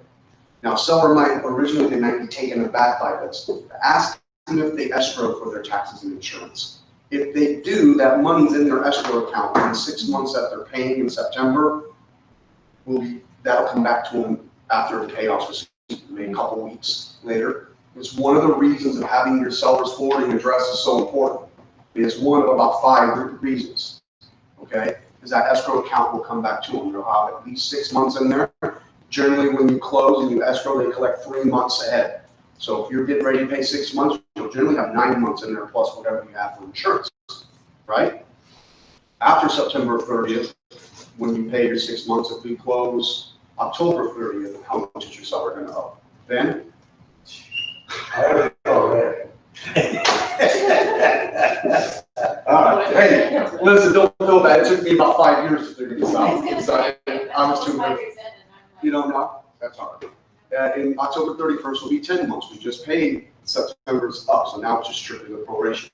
November is the 11th month of the year, and then November's 11 months, December's 12 months, January's 13 months, February's 14 months. March we pay again, so it's 6 months and the 9 months. There's 15 months. April we go to 10. April we go to 10 months. May we're at 11. June we're at, All right. We'll figure that out. Hey, it's important to be accurate. My brother for 10 years says I just put in a year. I'm like, well, that's good. Most of the time. But if I owe 5 months, that's kind of a discrepancy. Revenue stamps. Anybody can tell me what the county's charge for revenue stamps? This was on your test, the new agents. That's all right. Go ahead, Jim. 1.2. Yeah. Or $1.60. Sorry. One or the other. It's what can anybody tell me the exact? What's exact? So the $100,000 home, remember the first $500 is forgiven. So you'd actually, if you want to be exact, you take 99.5 times 1.60. That would give you the exact number. I never take the $500 off because if I'm 80 cents high, I don't worry about that. Does that make sense to everybody? It's $100,000 home, it's $160 in revenue stamps. That is a tax the county charges. It's got they're Yeah. we won't go into taxes either, or my thought being taxed, but that's different. So coming down, there are 2 columns here. And you can use these 2 columns another way. I was just on the point before I came to you guys. We were discussing list price. So I put the 2 different list prices that we were debating and put them in both rows so they can see how that's outlined. But generally, you're going to have your estimate of proceeds in one line. And then I tell my folks that once we get an offer, I'll do the second line for them of what the actual offer is. Because when we're doing the estimate, I'm not putting buyer's closing costs in there. If they're not offering a home warranty, I don't put that in there. But there might be an offer that comes in that has $3,000 closing costs, a home warranty. It wasn't the purchase price that we were offering. We negotiated on that too. So now you can put the actual in there and show them a bird's eye view and all the smoke clears what that's going to be. Okay. I also tell myself, this is not a contract. This is a disclosure. In fact, every single one of your listing papers, with the exception of the listing contract, is a disclosure. And you can really diffuse the seller's mindset going through paperwork. I separate the contract. I show them, hey, listen, this is the only contract we're signing today. I'm going to go through this with you line by line. These other parts, these other forms are disclosures. So we're going to summarize those a little bit, okay? And it kind of diffuses that they're signing some paperwork that, oh my God, what am I signing? They're disclosures, they're not contracts, okay? Same thing with estimate of proceeds. Just because we put what their bottom dollar is in here, that doesn't mean that's what they're accepting, okay? Attorney fees are $75, that's a fee. I just put $75. Attorney affidavit, I put that $75 in there every time. The termite inspection, I just round that up to $53. The settlement fee of $375 is a standard fee. And then, of course, your professional fee.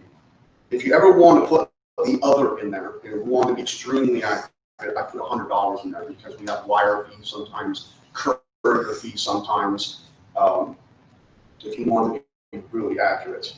But that usually reconciles the whole thing, okay? Abstracting, I always put a flat $500 in. Abstracting, they charge by the page. So if you have a seller that's been somewhere for 30 years and they have to update it, it might get to be $600, $650 if you have to update so much. So someone who just recently bought a property 3, 4, 5 years ago, it might be $400, might be $350, but $500 is kind of an average. Okay. Agree? Yes. Okay. You usually flag me down if I'm wrong. I'll raise my hand. Okay. Does anybody have any questions about this? Does anybody have any problems with this? Does anybody want to paint some scenarios with this? Connor? You sure? Don't lie out there. Keep alive. I don't like them sticking you in the corner. Right. We asked him to go to that corner. But keep in mind, to put a date on here. And today we're on the assessment of proceeds and put October 31st on here. The reason why the date's important is because that taxes is what follows that date, right? Okay. I don't even see this as an option with the seller. I mean, I guess it's probably not required. In my mind, this is a must do. I can't tell you how many times I've referred back to this and said, no, that $375 wasn't there. Or, no, I didn't quote you 10 years of taxes. Well, you know, I mean, it's exactly what I told you. So it can be a good tool to refer back to, okay? Yes, it also, like you said, when you do one up front, and then you have a spot, you can like do one like you're, you know, if somehow the property manages to stay on the market for, you know, a couple of months and you're thinking about the price change, you can reflect that in there. And certainly, anytime somebody's considering an offer, you want to put it in there so they get a real feel. What does that really mean on the bottom line? You know, it's surprising, depending on how the offer is put together, timing and that kind of thing. It can change. Two offers that on paper look fairly different can end up at the bottom line being really close. So it's good to see it. Yeah, and again, you can use this form, like you get multiple offers, start filling out the escrow proceeds form, so they can, instead of going through all the minutia of the offer, which you will, at the end of the day, you can just put the escrow proceeds form and go offer 1, offer 2, offer 3, this is what it looks like, you know, as far as your bottom line goes. Well, It's and you good. want to know too, if somebody's been in their home just a year or two, what those numbers are going to look like. Or when we went through the downturn as well, you know, does somebody need to bring money to closing in order to sell their house? Yeah, that's important, because if it does, and they're not expecting that, we have a problem, right? Mm-hmm. I think that's happened probably to everybody if you've been doing this long enough. Do you want to sign it? Absolutely, You do. yes, Okay. absolutely. I don't even get, that's not just standard, that's not something that I elect, that is something that's, I thought was, What's that? be required, estimate of I proceeds. think it is. I always put it in, but I never have to sign it. I always review it, I just don't sign it. I haven't signed it, that shows, because you just showed that, what do you mean, I was supposed to have my signature here, you didn't tell me about that. No, remember we went over it? It's a lot easier to say, here's your signature. Sure. You know, so. Yeah, it is, especially if you're in person. I mean, if you send it to them and you see on Dotloop that they've opened it at a certain time and viewed it, that's, I mean, at least you got that. Yeah. But if you're doing something in person, you better have them sign it because they'll just flat say, I have no idea what that That's it, yeah. Do you just re-download it to the actual, because I just go in and it erases the signature and I go back in. Yeah, I won't erase the signature on the first one, I'll just bring another estimate of proceeds and then Yeah, you can copy and then do the other one or just do another one totally. the mortgage authorization page. Now, if any of you have ever had a mortgage, you understand that there are rights and privacy rights that they're not going to give you the information, payoffs and things about somebody's mortgage without the written approval. And that written authorization, that is what this is. And you can prep your seller if you're coming over to list their home. You should give them an item, a checklist of what they need. Mortgage information, key to the front door, abstract, right? It's really all we need other than their bodies to sign paperwork. But you can kind of prep them for that. If there's 2 mortgages, you'll see there's two spots. Sometimes a seller will not think a HELOC loan is a mortgage. It's a line of equity of some sort, but if it's going to show up on title, it needs to be either if they don't own anything on the HELOC loan or the line of equity and it's open, they'll need to close that line out before we close. Okay, close that line. So you'll want the loan numbers, the place of the loan. We don't need the fax number and all that stuff. We just need the loan number. Excuse me, where it is, Wells Fargo, the loan number, Bank of America, loan number, okay? And now as far as signing here, we need them to sign and date this, whether it's Dotloop or whether it's in person. This has to be a signed form, otherwise it's worthless. Social security numbers, if you can get them, get them. Why do we need them? We have an IRS form at closing, we have a declaration of value at closing, all these need to reference their social security numbers. Today, I was at some people's house, they're probably in their 70s, they are not getting your social security numbers. They're just not doing that on the form. That's fine, we can work without them. They can write in their social security numbers on those closings forms, okay? They can write them in. So if you can get them, get them. If you don't, it's not generally necessary to get the authorization. Some lenders will require it. Some lenders will. For the payoff. And one thing, when you're talking about social security numbers and written down here, if you get that kind of personal information about a seller, make sure this form is never, ever emailed anyplace. It should go into your loop. Yeah, You go should into your submit loop. it, and that's it. If you did get it written out, and once it's in your loop, you don't need it anymore. We got a shredder down here on the main level, probably do other offices too, you know. But make sure little things that sometimes get bypassed is if you're sending something to somebody and you check the PDF box, that's now an email. Right. Don't send PDFs. Okay. Anybody have any questions on this? Anybody have any problems with this? I know that some of you newer agents are probably working with buyers primarily, but someday you will want to transition to sellers. This is a necessary form to have. If we don't have a mortgage on the property, there is a box here to check. I still want their signatures on it. Because how many times have we had a seller tell me there's not a mortgage, and then all of a sudden there is, and a HELOC or something, and I want to be able to show them, no, you told me there's no mortgage. You know, you want to be able to go back. Okay. Switching up, seller's authorization to review final numbers. This is not a mandatory form, but it is a nice one to have. This will give the service center and back end right to meet with your sellers and go over final number, and it makes your job a lot easier. Okay. Now, a lot of people, when we first did this, they were hesitant to release that part of their business. That was a touch point for them with their sellers. I really have no feeling on it other way as far as how you conduct your business. If that's something you want to do, then do it. But there are services here in your back end to help you. We've tried to eliminate some of the steps that take a large part of your day but don't really have a lot of return, dollars and cents wise. So when I was one of the people that had problems letting this go because I had a problem letting it go.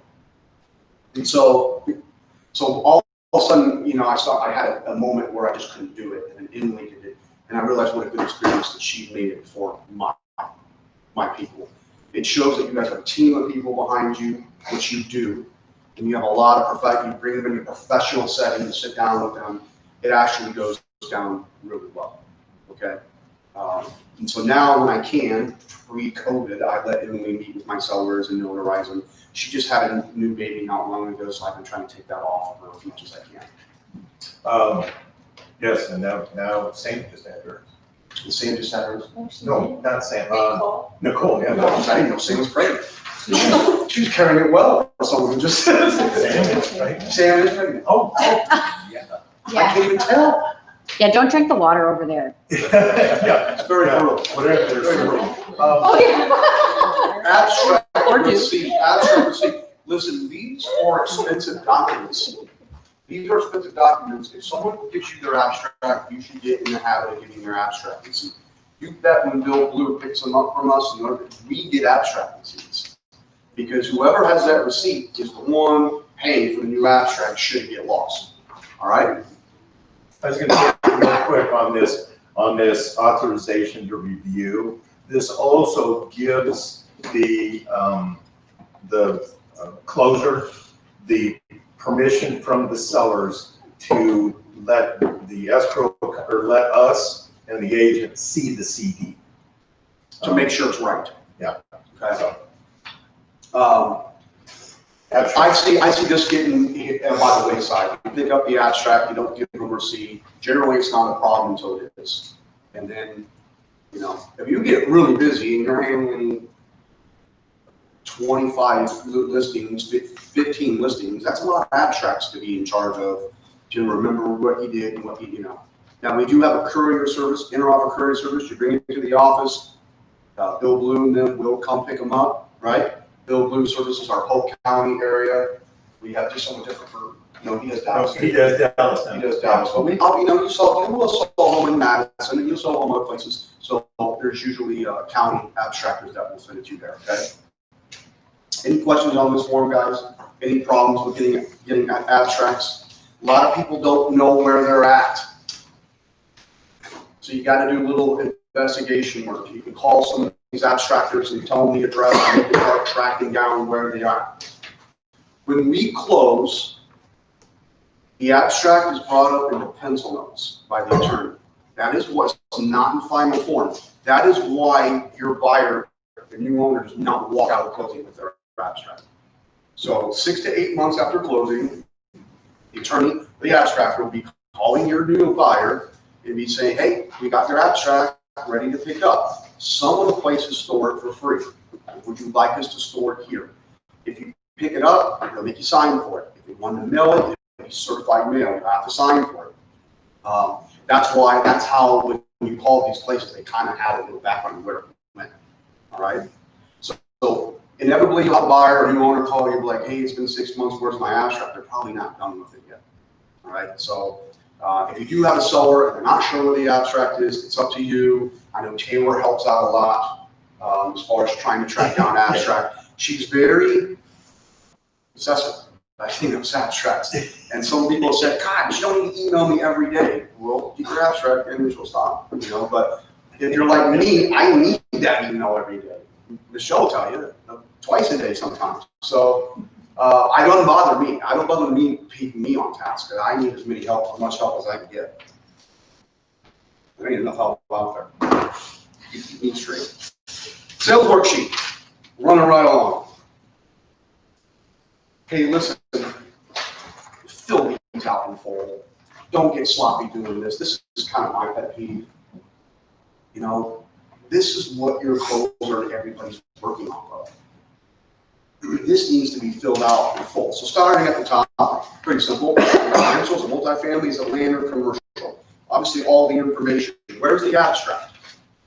Put something in here. Locating, with seller, dropping off courier today. I brought it in today, it's being couriered. If I fill out a sales worksheet, I put couriered 824. That way they know. Then I don't have Taylor blowing me up on something I don't need her to blow me up on. Buyers, whether the buyer's married or not doesn't matter, all right? I can buy a home by myself, but when I go into closing, my wife has to sign the promissory note. That's just the way it goes, all right? So generally, if I'm buying through an LLC or something like that, then you can avoid that. But if I'm buying something in my personal name, they make the spouse sign the promissory note. That doesn't mean they're on the mortgage. It just means she's promising to pay back. If I don't. But we're selling. Well, what's that? But we're selling. We're selling. I'm saying about filling out the Okay. sales worksheet. So Yeah. if you don't have it yet, it's okay to put in locating. Yes. Abstract. Yes. It's not ideal, but at least it lets you know that, hey, you didn't just skip it. You know what I mean? You just forget about that. Taylor will wait until the second day to call them. Yeah. Now, I think what Michelle's alluding to is we're representing the seller. We might not know the marital status of the buyer, and that's okay too. If we are representing the buyer, we should know the marital status. Seller's information. Again, socials, you will get this kicked back to you if we don't have their socials on this. All right? Forwarding address. Have to have a forwarding address. If they don't know where they're going, that's okay. You can put TBD in here, but we need to figure that out. There is stuff like the escrow account, being mailed to them afterwards, maybe some IRS forms. They need to know how to locate the seller, even to the point of a PO box of some sort. Okay? Purchase price, acceptance date, closing date, earnest money, possession date, obviously homeowners association, septic system. Now, let's go back to closing date and possession date. As you're representing your sellers, realize these are two different things, and these are things that you need to think through at the time of the offer. If we have 3 or 4 people moving in the same date, closing on the same date, we surely cannot all move at the same time. So think through that, and it can be tricky because when I buy a home, I don't want that person in there for 5-6 days. And some sellers think they could probably negotiate 2 weeks to move out. You might split a weekend or something like that, but that's probably the best you're gonna get.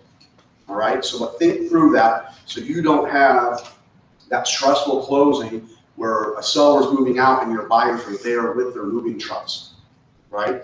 That will not go up at $150 an hour. So That's also a very good and available negotiating tool. If your buyer does have flexibility to offer, maybe you give the seller a weekend to move out, or give them a few days, or that kind of thing. That's a very important thing to sellers. If your buyer is in a situation, I've done it. Well, I did it myself when we bought our last house. We gave them 30 days to move because their house hadn't been finished yet, and they were waiting. So we gave them 30 days to vacate the property, and we got the property we wanted because we did that. There were other offers. Cool. Homeowners Association, the reason that needs to be checked yes or no is because anytime you have a homeowners association involved, there is an affidavit that your closers will work with the association showing that those dues are paid up current, okay? The septic system, Iowa came out with a law that we have to have a time of transfer DNR report on all septic tanks, okay? So it's important to know that. Now, this is something, as a listing agent, your closer does not do for you. It's probably the only thing. Left this for you. Okay, so you will need to call Forrest, Rogers. In fact, Forrest actually contracts through Rogers. I would ask the seller if they have a service agreement with somebody. Okay, septic tank needs to be pumped within 3 years of the time of transfer. So you can ask your seller when's the last time the septic was cleaned. In fact, it's a point on the seller's disclosure. Okay. Your seller will be expected to pay for this time of transfer generally. It is a negotiable item, but I would go in if they have a septic system and put on your estimate of proceeds under other septic that's in there, probably $500 is a good estimate. That's just for the report. That's not to do any repairs or pumping or anything like that, okay? Home warranty. Now, when you're representing the seller, we will order the home warranty unless the buyer's agent wants to use a certain company, and they get whatever, they get credit, whatever for it. But here you should mark whether there is one, who's the provider, what plan, and whether you want concepts to order or not. All right? Seller paid closing costs. I think that's self-explanatory. Termite inspection, scheduling, instructions, use showing time. Call listing agent, however you want to be directed to that. Now, I ask you whether or not the seller has a pest company because should they find old evidence of termites and they don't have record of treatment, they're going to want you to treat the property. If the seller has a service agreement with somebody and they find active or old, they might have record of that treatment. They might be in the service agreement that actually pays for that treatment should they find live termites under their agreement. Does that make sense? So it could save your seller money. This just happened to us on another property. He had a contract with Springer. They found shelter tubes in the garage. Springer's treating it for free. That's their service agreement with them. All right? Gross commission. Commissions. You obviously have the gross commission. As a listing agent, you're in control of that. What you agreed with the seller is completely up to you and the seller. But then there's the selling commission. That's the buying agent. What do we offer to them? That should have been on the listing agreement too. And then what are you taking as a listing agent? Now, the team split would be like if I give Travis a lead, which we've done, and he puts one of these leads away, he's going to put himself down at the certain split we agreed to and me down at the certain split we agreed to. That's the team split. All right? Now, there's no really two teams or, it's not a one size fits all for team structures. There's a lot of different team structures. There are. Sometimes the team lead will give you production, sometimes they want all of it, sometimes, that's just, you need to talk through your team leads and figure out, what you agree to and those type of things. That's not referenced on the commission agreement, I just want you to be aware of if you're looking for volume and those type of things. Is it a referral? If someone referred you this buyer from Minneapolis and you put this buyer away, there needs to be, yes, a referral, and that referral form, which is also in your loop, needs to be filled out. It shows who gave the lead, what brokerage gave the lead, how much was agreed to, and who, the actual lead, John Smith or whatever, right? And that way, legally now, just on a side note, we can only give a referral fee to another licensed agent, right? You can't give it to mom and dad. You can't give it to your insurance guy. It's got to come from brokerage to brokerage, okay? So if there is a referral, Home Light and some of these people who take 25% for referrals, there's UpNest, there's all kinds of these different programs. Those referral forms need to be filled out, okay?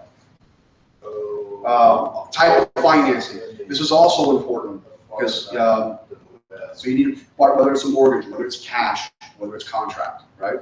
Conventional, FHA, FMHA, VA, or other. And if you mark other, you'll see the notes at the bottom, and you can put NFC or something like that, right? Request the real estate center to do a mortgage closing, request to do a cash closing. I can't stress enough how you guys need to go out of your way to make the connections for your lenders to the service center. It is so much of a better experience than walking into Alaska or Davis Brown or any of these other places where you're just cattle being shipped through. First of all, Alaska's only doing curbside closings right now, so it's really kind of awkward anyway. Yeah, they're still doing curbside closings. When you go into, when your buyer or your, I know we're talking sellers now, but when your buyer walks into the service center and they see their name on the screen and they got the coffee and they're sitting down and they, obviously they go to closing in the big conference room, they get handed a booklet that the closer makes up. That has your branding on it, has a lender's branding on it, has a copy of the appraisal, has the first month pay stubs in case, it doesn't come in time, where your abstract is located, how to file for homestead, all the paperwork that you just getting ready to sign in that booklet, all branded with you on it. So it's such a nice experience. But from a listing side, if we can bridge those relationships, it funds there, your commissions are there, you get paid there. So that happens very fast too from a selfish standpoint. And from another selfish standpoint, if there's an issue, if there's a problem, the service center gets all hands on deck to fix your problem. If you're at an attorney's office, you're just another number. You're just another agent in a long series of agents that have problems. You're our agent. So you just Your problems are our problems, and you'll know the difference when you have a problem and that problem gets solved. And you see that it got solved the day the problem came up, okay? So you just ask your, Your lender, from a buying standpoint, you're representing the buyer. Your lender generally will have a process there too, but they're open. They don't, that's just what they've done because that's what they've done. Some lenders close in-house. Green State does their own closings. Collins credit unions will do their own closings. But Fidelity used to service center a lot. Lincoln Savings Bank, Legacy, of course, Landon Home, right next door on that Vista.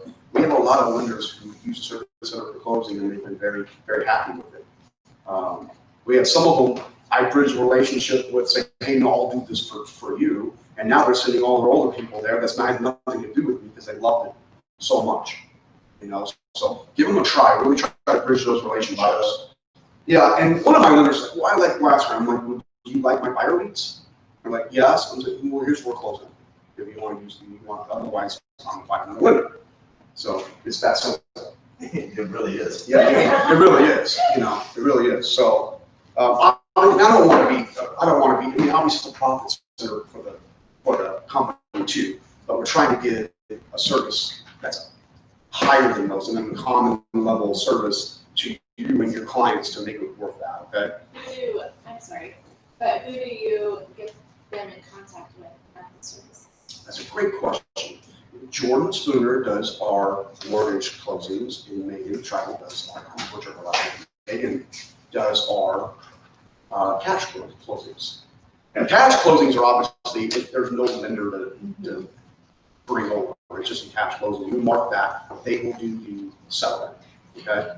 Can the lender still accompany to that closing? Absolutely. They can. No, yeah, absolutely. Always. And I think once they see that they're branded in that book along with you, they really have to walk out of there with a good feeling. When it's a listing of ours and closing there, it's amazing. I mean, it's like everything works like clockwork. It just happens. It's so, And you so pay it nice. out. I mean, no couriers running around checks waiting for another person, you know what I mean? We also split checks with other brokerages at the table. Century 21 comes in and represents a buyer on one of your listings. At the closing table, they walk away with their commission check. We're not waiting 14 days to get, for it to come down the chain. I feel like we wait quite a bit for our checks anyway. Wouldn't you agree? From the time you're writing off working with a buyer, you're probably 60 days away from being paid. There's no reason for it to be up to 2 or 3 weeks, which is happening with other companies. Yeah, two specifically. One of them claims to be on his largest to another. I shouldn't say that. Edit that. Another one looks a lot like us, but not us. No names. No names. No names. Lender information, obviously you can see the importance of that, right? We've got, especially in your listings, you've got to work with the lender. We need to know where the lender, the Collins Credit Union, this lender, their cell phone, their email. My pet peeve is lenders that kick out pre-approvals with just their name, like no email, no. Yeah, nothing. I know, I have no idea. Yeah, I don't know. So obviously you got selling agent, co-selling agent, listing agent, co-selling agent, and then you have some notes at the bottom, right? You have some notes to be able to tell your lender. I'm trying to think of something that might, something I put in there before, but I'm drawing a blank. But obviously there's something a little wonky about it, or something just a little bit off, or something that needs, just any communication that needs to be relayed to your closer. This is the note section that you can reference that, okay? I can't stress out how this being accurate and filled out completely goes a long way to having a successful closing, okay? All right.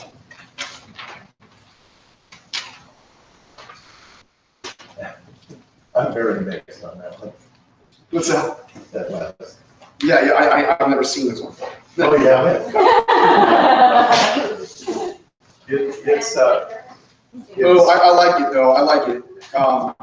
You can explain it because this is what I'm gonna go into more of the practical side once these forms are done.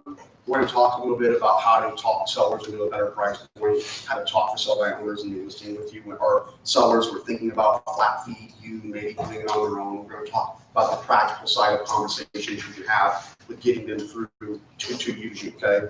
But I'm just kind of looking this over for the first time, and really what it's doing is it's kind of scaring the seller into why not to list overpriced their listing.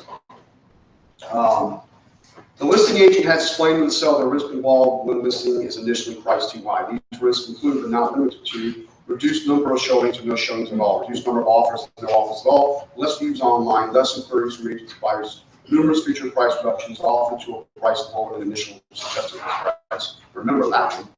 Failure to appraise, longer days in the market, listing becomes stagnant. As the days to market increase, seller agent will lose in all leverage in negotiations. Final sales price is usually much lower than initial sales price, usually lower than initial suggested price. Home is often used as a tool by other agents to get buyer the right offer on other price listings, lower price listings. And that is true. Less qualified buyers to view the home. So it's a great form for someone that's walking in under seller. Here's the thing about sellers, and I know different because I own a lot of property and I've sold a lot of property. I've flipped a lot of property. We all think our houses are worth more than they are. We know how much we have income. We have memories. We have all these things that go on the price or to a house that really has no effect on the next buyer. So all of us think, so when I'm pricing one of my houses, I usually actually will call an agent, one of ours I know works the area real well. I'll have them go in and tell me. Because I'm no different than anybody else. I want as much as I can get, and I might be deceiving myself a little bit, you know, when I'm looking at pricing for houses. So I rely on an unbiased opinion to tell me what my houses are worth, you know. So when I walk into a seller's house and I'm showing them my CMA and they're telling me that it's lower than they thought their home was worth, or they'll say, hey, you know what, that's a good price for my house, but let's list 20, 25 grand higher so we can play the game, right? So here's a conversation I have with my sellers to help them get them down in price.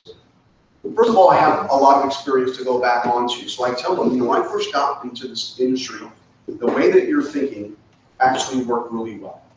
I tell you your home's worth 200,000, let's list for 210. Buyers come in at 190 and we find middle ground, right? Buyers always believe that sellers aren't firm on their asking price in the same way that sellers believe a buyer's initial offer isn't their highest. So this works really well, and it did work really well. It does work really well when there's 7,500 homes on the market. But that's not the market we're in. The market we're in now, seller, if I'm talking to seller, is we'll have 8 to 10 buyers through your home in a generally 2-week period. And if we don't have a price position that people will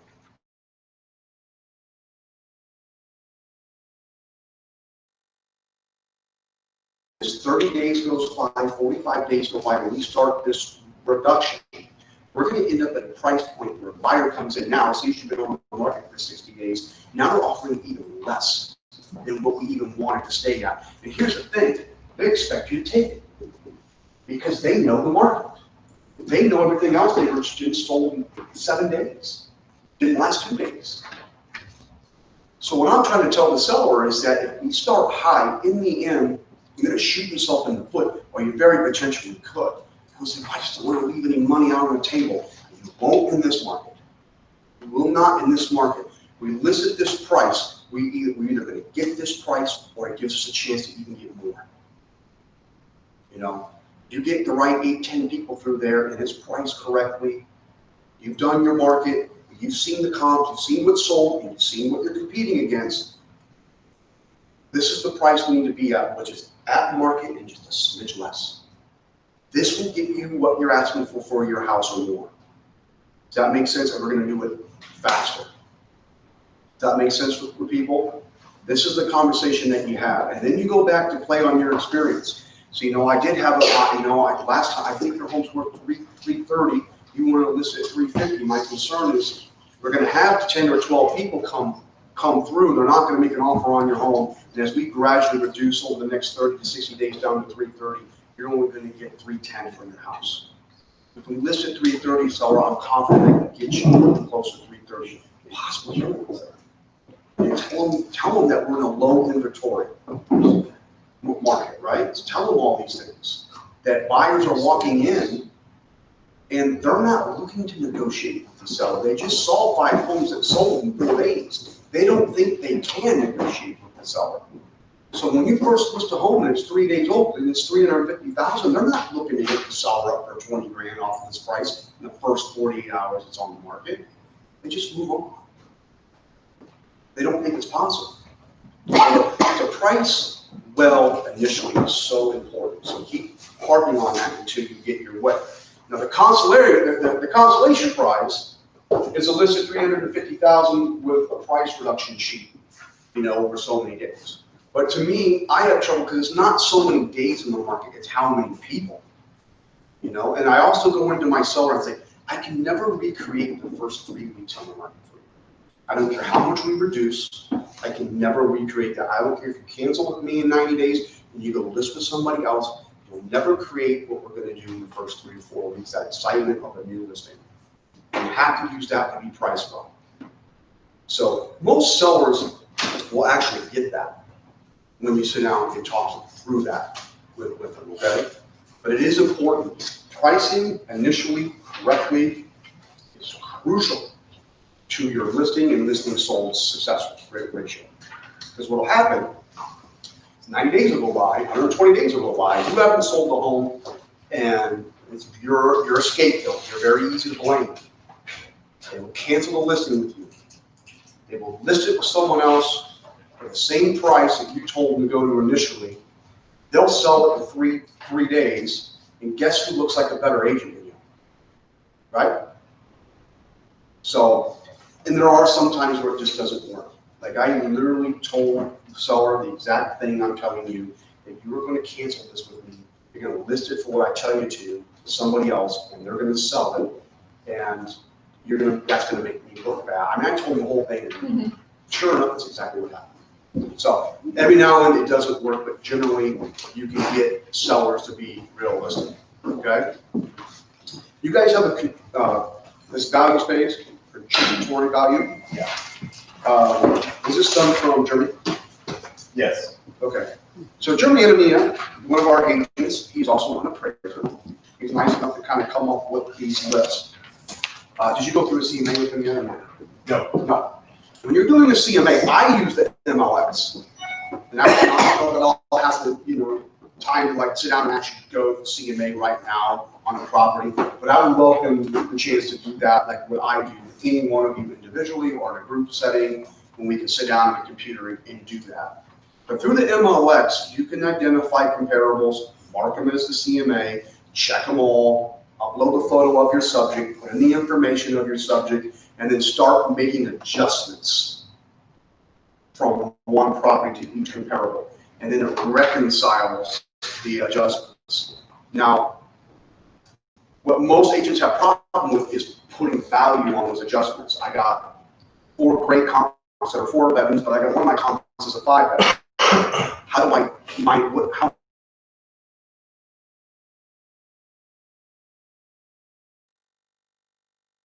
how my,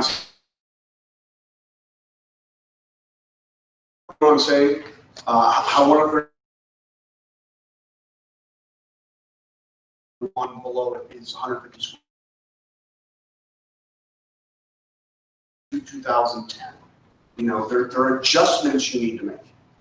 And this sheet will help you do that. This is straight from an appraiser. Okay?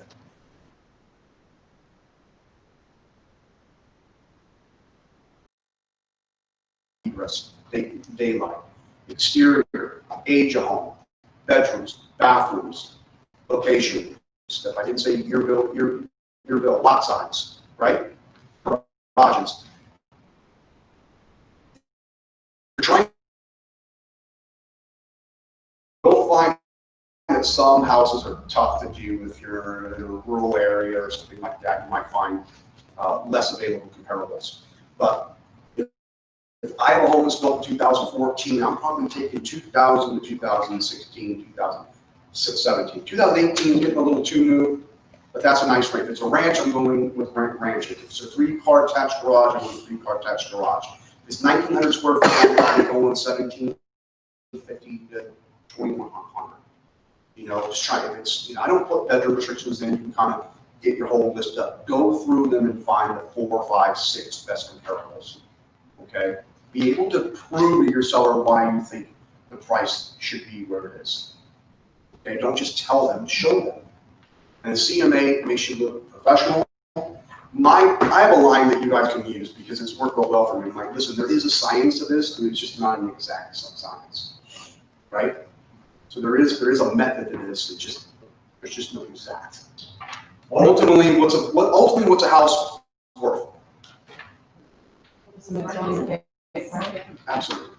One of the things, like Matt said about working with the MLS to do that is that as you start with the MLS, every time you put something in to, as a choice, you can see the numbers down on the bottom left lower. So it filters.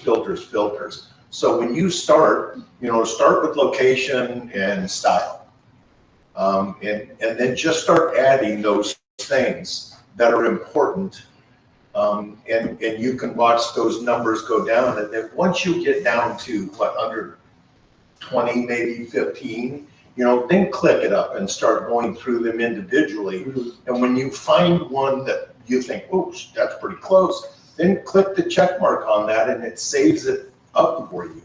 And you can narrow it down visually through each of them, through what do they have, what do they look like, take a look in on the pictures and see conditions. So it's, you know, it's just a process you go through, and it doesn't have to be terribly hard.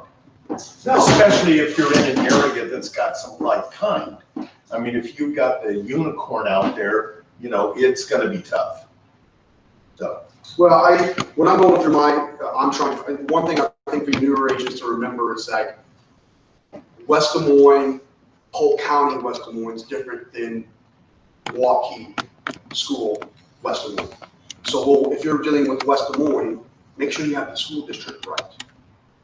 You know, I think Lance from Altoona will tell you there's a difference between being in the East School District of Pleasant Hill and Southeast Polk District. Yes. You know, and you're going to make a huge mistake if you're comparing other Pleasant Hill homes to Southeast Polk versus East High.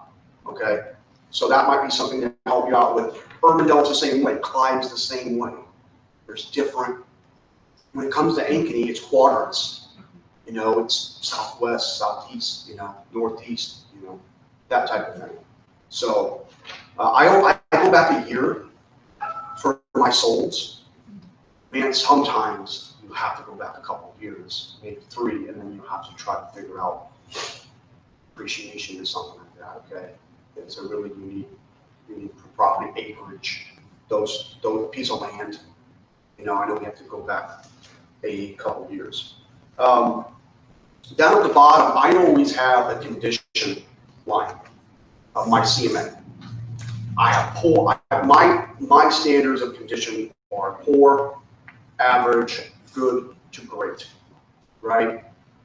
Poor would be rundown, but maybe not foreclosure bad, but not much off that. Average would be how an older person takes care of their home and left maybe the state. We got new roof, new HVAC, but maybe it's got outdated carpet, and outdated appliances, and outdated cabinets. You know, it's good shape. It's average. Good to me means that it's had some significant upgrades, but still could use. There's still a little meat on that bone. And then of course, great is great. Great is like, oh, you know, this is the highest possible value this home could have. New roof, new cabinets, cosmetically and mechanically, it's just solid. You know, it's been updated. And then you have to go in and try to contribute value from a home that has great to good, or good to average. And that can be tricky because you're sitting there thinking, what's going to cost me $30,000 to get this thing up from average to great? You can't quite do that. You don't get dollar for dollar. I mean, if you put on a new roof and it costs you $8,000, your house did not go up $8,000, unfortunately. It might have went up $3,000, you know. Kitchens and bathrooms by far are the most expensive, but they probably have the best return. One of the best investments, especially for a new home, is a finished basement. If someone can get it done for a good price, you can generate, and that's a whole other thing too. Like how much dollar per square foot do I attribute for a finished basement? And there's not one answer I can give you, unfortunately, because there's a difference between a home being built in 1950 with a finished basement with no egress windows versus, you know, a newer home in Waukee that's a $400,000 home that has 9-foot ceilings, walk behind bar, walk out. You know, 3 bedrooms and a full bath. There's a difference, you know. So on the high side, on something like a Waukee, you're probably about $40 a square foot. If it looks like a bowling alley from the 1970s with the shag and, you know, you're probably more like $10, $15 a square foot, 10 to 12. And then of course there's everything in between. Okay. All right. How far can we go with our CMAs? Like, for example, like Knoxville. Can you even do comps in Knoxville? Yeah, I mean, we do have Knoxville as an MLS search, but Knoxville also has its own MLS, do they not? No, They don't. They're on ours now. They are. They used to have their own, years ago, I've been in Knoxville. They used to have their own thing. But yeah, the MLS, if you go all the way down, you'll find Knoxville. Is there like a map that like if you get like a listing from like a client and you're like, hey, you know, I can't really do the comps there, or it's frowned upon? Oh, I don't think it's frowned upon. No. There's agents coming from Ames selling homes here, and there's agents from here going to sell home in Ames. And I think that's a comparable distance, about 30 miles, you know. Connor, I wouldn't refuse anything with this. You know, I mean, you get to the point where, you know, I mean, you just don't have any more time, and you're just, you know, I mean, you're banking it in, then you can decide who to turn away or refer it to somebody. I guess I was always under the impression like too far. You know, If you it might be that you refer something. Yeah, if you don't feel like you can give your client good service, or you're the person who can advise them on trends, like Ames to me, I probably refer it to one of our agents at Ames. I don't know that I could go up there and speak to the values, speak, I mean, to the trends. I think that would be doing a disservice to my person trying to do that. So I would refer that out. If that's what you feel like too, I've gone to Knoxville, I've gone to Pella, I've gone, I've driven New Virginia and, Redfield, I've been a lot I of places. found out that our MLS actually goes to Centerville. That's how far it reaches. Wow, okay. So. Yeah, I'm trying to see what I sell a home on. A long way. I guess I was just always told the Ames thing, like ground pond, but like Not so much you can still do it. anymore. Ames, I mean, they're just joining the two, so. Yeah, I try to do as much as I could, especially with the buyer. I think with the seller, it might be a little difficult, just not being a local there, but the buyer, I'm all over it. Other things on this contributory value: fences, 4-season porches, 6-season porches, decks, patios, irrigation, central back, alarm systems, secure, like surround sound. Again, it's not a dollar for dollar thing, but they should be some value considered, okay? Landscaping. Landscaping is probably one of the, you can over landscape. I don't want to say it's one of the worst things you do. Nice landscaping is nice landscaping, but there are people who are very proud of their landscaping, and you're like, oh my God, someone's going to come here and slash and burn all this. It's too much. It's too much. So, and they think, well, I got 30 grand in this thing. Like, oh, it's actually a deterrent that it is a plus. Tough conversation to have, but. They show one of the greatest returns on investment is actually front door. Front door. Totally makes sense. Yeah, because that's Somewhere around, I think I it's love like it too. 90 some percent. If it's an arch door, double door, I'm in. I agree. So let's have just more of a practical conversation, because again, I think we talked about this a few weeks ago for those who were here. We are in sales. The beautiful thing about us being in sales is that you are the product. And you need to believe in yourself. You need to be able to sell yourself in moments. And you are going to meet a friend, and you're going to meet you're going to have an uncle and aunt, or you're going to have somebody you come in contact with that's buying a property from you, and they're going to want to be it for self-buying. They're going to want to try to save money. And this is when you need to be able to sell your services, sell your value, sell your company, sell the processes behind you, and sit down with them and show them why listing with you is their best option, while paying you thousands of dollars is actually a better investment with themselves. Okay? And some of you look at me like, God, tell me. Here's the deal. On a national level, and probably even more so locally, realtors get 5% more for your house than on your home. So I'm not telling you, like, most listing commissions in town are 6 or 7, most. So let's just go with that as a standard, at 6 or 7%. So I'm going to, the first thing I would tell the sellers, like, on a local level, on a national level, I'm going to get you 5 to 6% more for your house. I said, buyers are savvy these days. They're going to walk in with 1 or 2 things. They're going to walk in with a buyer's agent who's going to try to keep you up for 3 or 4%, or they're going to walk in there on their own and expect 3 or 4% off the value because you're not using it. They want savings. And then you're also fishing in the smallest buying pool you possibly can have. Okay? Why are you wanting to fish in a puddle when I can push you into the ocean? You know what I'm saying? So once I get through all that and I establish that I'm going to get more for their home, right? And I'm going to put them in a buying pool that's going to give them the best opportunity to get what they're asking or more for their home, because we're putting them into the largest. We're putting them in the pool of buyers where 95% of the buyers reside. That's with us, right? Now I'm going to turn around and sell the processing side. Because even though your closers do all this for you, it's still your company. This is still your service. This is part of your services. So we're going to get you through negotiations. We're gonna get you through inspection call, with inspection items. Heck, and me personally, I said, if there's inspection items that arise, I'm gonna be able to help you find professionals to get through those things for you, make it a hands-free experience for you, right? I'm gonna get your abstract updated, I'm gonna get your title opinion, we're gonna get you through appraisal, we're gonna get you through termite, we're gonna get your mortgage payoff, we're gonna get you through settlement, and see where I'm going with this. They're saying, I didn't even know how to do that, I didn't even know how to do that, I didn't even know how to do that. And I say, the processing side of this is just as important as the marketing side, because this is what we do every day, all day. This is what we do. You're trying to thumb through this on your own because you bought 2 houses in the last 30 years. You're gonna fumble. It's gonna cost you time, energy, money, a buyer, who knows. I can get you 5 or 6% more for your home, and then I close on them. I show them. Then I start recounting positions, because I did just sell by owner not long ago out in Granger. It closes in a week or 2. They had the price for their home set. I represented the buyer. I went in and bought it. I could have sold this home for $35,000 more on the market. And here they are thinking they're saving money. My brother, like 5 or 6 years ago, went and represented a client for sell by owner. He wanted to save money.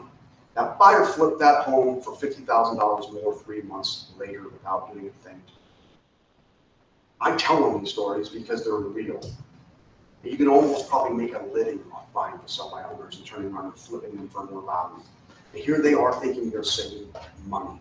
They're not. They're actually losing money in those scenarios, right? You can flip through Zillow and all of them and show how all these sellers are offering 3% for a buyer's agent, 3% for a cooperating buyer's agent. Thankfully, I'm thankful they're willing to do that. For 3% more, I can get you more money, get you through a smooth process, and make this a hands-free experience for you. So it is sales time. It is not time to say, oh, well, if you don't have success, call me in 30 days. I mean, that might be the reality of what happens, but that's not what we do.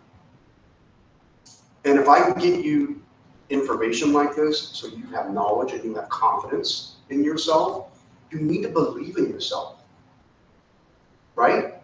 And I know it's tough to do at first when you don't feel like you know everything. And here's the thing, this man's been selling real estate since the beginning of time. He don't know everything. I've been selling, I'm ready to start my 26th year. I don't know everything. You'll never know everything, but you better know who you are, better know your own convictions, and you better believe in yourself, okay?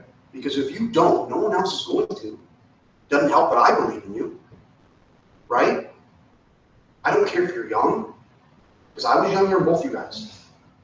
I was younger than everybody else in this room when I started real estate. I looked 12 years old, literally. I was 18, and I just graduated high school like 2 months prior, or 3-4 months prior. No one took me seriously. My best friend, who actually sells real estate with this company with me today, his dad didn't list his home with me. You want to talk about crush? You can't let those small failures set you back of your larger goal of wanting to be successful. Because you will walk in and think, oh God, you're young. I've got kids your age. Well, yeah, you do, but this is my process. This is my success. This is who I'm working with. And this, if anything else, bring the 300-pound gorilla in the room with you. That's RE/MAX. That's your company. No one sells more real estate locally or on a national level, worldwide level than your company. Not only your brand RE/MAX, but your local company here at Concepts is 11th in the nation per units per agent. Bring that with you. If you can't go back and say, like I can say, I got 25 years experience, I sell 100 homes a year. I can come back on me and RE/MAX. Until you have that, bring us with you. Bring your colleagues with you. Bring the processing center with you. That is the end of the day. And here's another thing. They're going to work with you because of you. Show them the success track record of the company and the brand. But ultimately, I got to trust you, baby. If I trust you, and I know you as a person, as a good person, that's who I'm hiring. It just helps you with a big brand that I know and respect, and you have other people around you that are high level. But at the end of the day, I need you. I'm trusting you to tell me the truth. Does that make sense for people? Yeah, Matt, one of the things that, especially when you're younger, I mean, it is extremely important that you take the extra time to understand where you're at, what's sold around there, how it's been, what's the market like, everything about it. If you, from the get-go, when you meet with somebody, you show them that you know more, and I'll tell you, coming from an older person, typically, my age, even all the way down into the 40s, we recognize that young people are knowledgeable because you have such access to information and that kind of stuff. When you bring that to the forefront and you sit down and talk to me and you tell me how many houses sold in a half-mile radius of my home that were similar to that house for a certain amount, this one had this and this one had this and this one had that. And when the typical trick is, well, how much did the one down the street sell for? It sold last year. Always, always, always check your street. Go back a year on your street and look at what has sold. Not just the same style there. You want neighborhood now. Go back and check that street, because when they go, well, yeah, but what about such and such down the street? You're like, well, those actually sold for this much, but it had this, this, and this. They're going to be like, I'm in. I'm in. I agree. That person That's a great, knows. I guess, in a little quick tidbit on how to get that is, please, if you're in Polk County and you pull up your subject property, all you gotta do is click on the next parcel. It'll show, it might have sold 8 years ago, might have sold 2 years ago, and you'll know all the neighborhoods that sold. You'll know all of them, right around there that sold. You might find 2 or 3 that sold in the last 2 years that you'll know of. It might have been private sales that aren't even on the MLS that you'll have knowledge of. That's a great. At the beginning, when you're new in the business, you'll spend 2-3 hours messing around with the CMA. Because you're like, trying to, I'm not sure about this or anything. You know, Matt will be like, what address? Oh, yeah. Oh, that one? Yeah, it should sell for about this much because you've been there. But that doesn't mean you can't outshine him.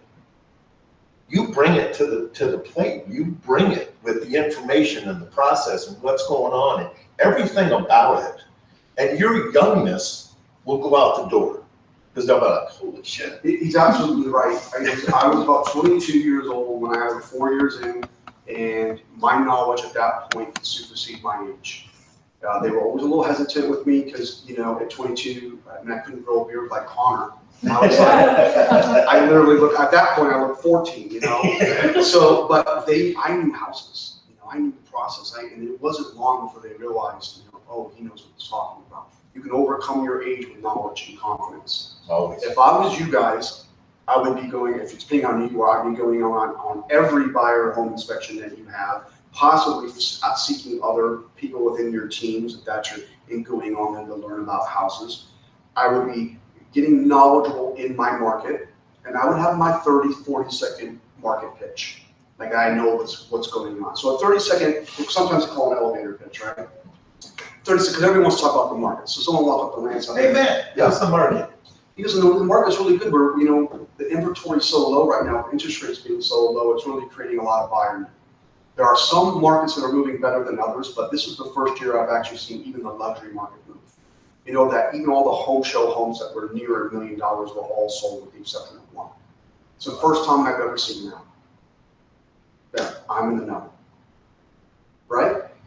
Someone asks you, how's the market? You know, it's just, just your 30-second pitch. Who likes statistics?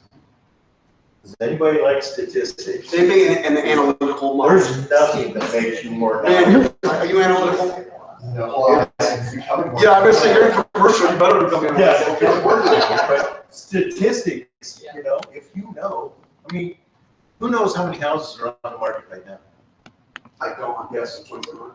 Huh? 2,900. Yeah, it came back up just a little bit here this last week. Yeah. Does anybody know 1,800. what our high water mark was as far as inventory on the market? Probably not, I mean, because you guys weren't. That's been a long time ago. In 2007, we had 7,500 homes in the market. That was before the bottom drop, that was after, that's 9 months worth of inventory. What was it in 09 in this case? What's that? What was it in 09 in this Oh, it case? probably even went up more because things weren't selling. Yeah. Well, no, 09 was when they just had started falling a little bit. And so we started to have higher inventory, but so much less buyers were coming because of all the stuff that was going I just on. figured for quote. Yeah. But Yeah. little things. Listen, there was a time when every other house was a foreclosure or a short sale. Oh, It seemed jeez, like, yeah. Maybe even 75% of them, there was some kind of short sale going on. It was You crazy. should know now that 1/3 of single-family homes right now are new construction. 1/3 of the marketplace. Without new construction, we wouldn't have anything to sell. Over 50% of condos and townhomes are new construction. Over 50%. If you get somebody that's in a townhome resale that's not new, man, you have gold. They sell so fast, it's crazy. That's another thing, you do elevator pitch, knowing, like he said, like how many people are moving into Des Moines? And last I checked, it's been a couple of years, about 30,000 people a year. That's fueling that demand, right? Putting tech jobs in hospitals. What's the millennial percentage in the greater Des Moines area? Right now, millennials should know this. So, I could tell you about 8 years ago what was fueling the market. We had a bunch of investors from the Asia. That's India, that's China. They were coming into our market with high-tech jobs and buying. They were part of the largest 4 quadrants of what drove our market.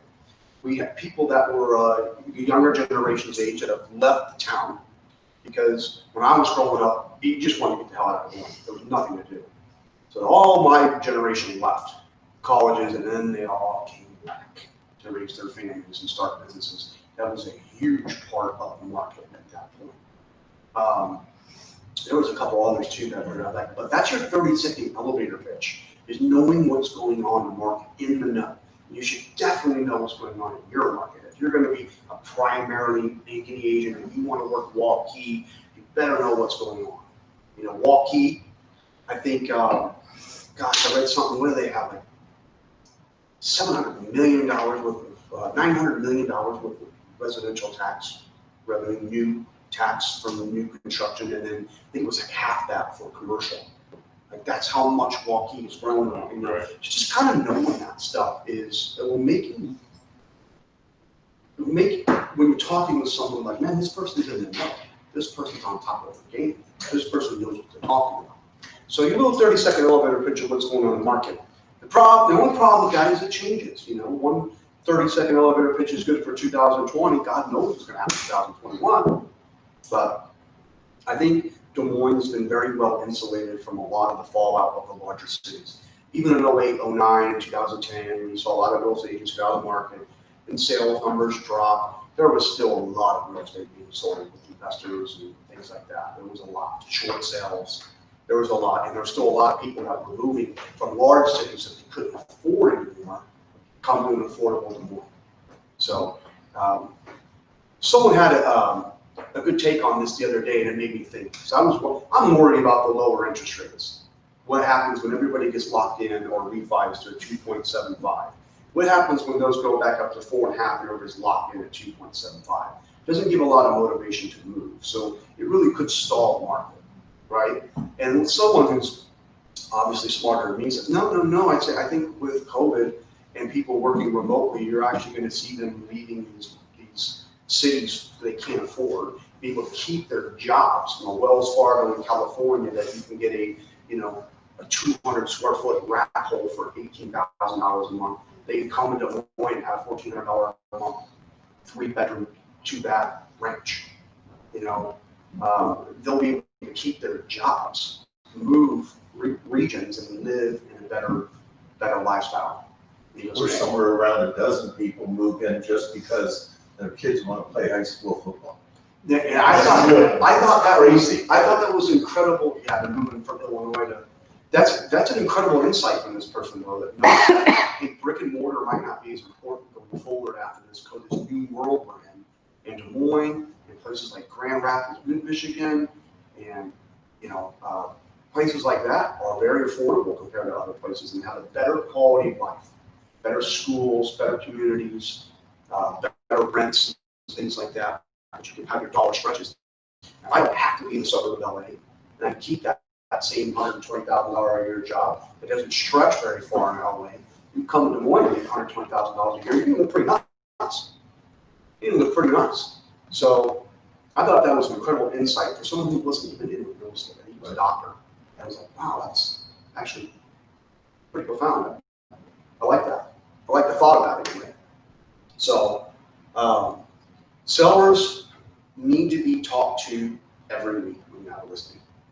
They're paying you a load of money. Okay? They're paying you a load of money. They deserve your communication. They need to know feedback from showings. They need to know when there's no showings, what you're doing to promote their listings. Okay? It's okay to sit down and have a talk with them about reducing the price. And I know for me, I always look at what price points reduction is going to move the needle. Because you'll have that seller that's like, well, we're at 335, we didn't sell it, take it down to 332. It ain't going to quite move the needle. Well, what do you think?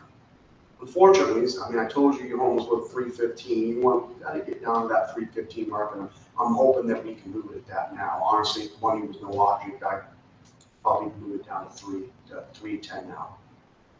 You know, you got to move the needle. What I mean by that is you got to get to the new search of buyers. You got to get it to a point where it gets activity. 335 to 332 isn't going to do it. Any reduction is a good reduction. Talking to sellers about reducing their price, your price point, and your commissions, because it's all money. It's the two toughest things you're going to be doing with sellers. So we got a few more minutes, so I want to, or a few more. We got 45 minutes. I want to talk to you about what I focus on when I go into the. I keep it simple. 3 areas. I call it the SMP of listing a home, right? The staging, the marketing, and the pricing. Those are the things we're talking about. These are, when you come to your presentation, this is what you present. First of all, staging. A lot of work is done up front. You can't walk into a home that's completely cluttered, completely dirty, like, they're going to look past all that. Well, they might, if the price point reflects that. If they're wanting to get top value for their home, which most of these people do, we're going to need to present this home in a way that will help us get there. Now, what I always say to my sellers is, like, don't worry, like, come over to my house. I got three kids. You want to see the faster? That's not true, because my wife is just obsessed with it. But I know that, 3 kids, that's going to feel that. Like, it's, place that's got 3 kids, I get it. I say, but we need to stage this home in a way that people come in and see themselves living here, as well as our marketing material looks good.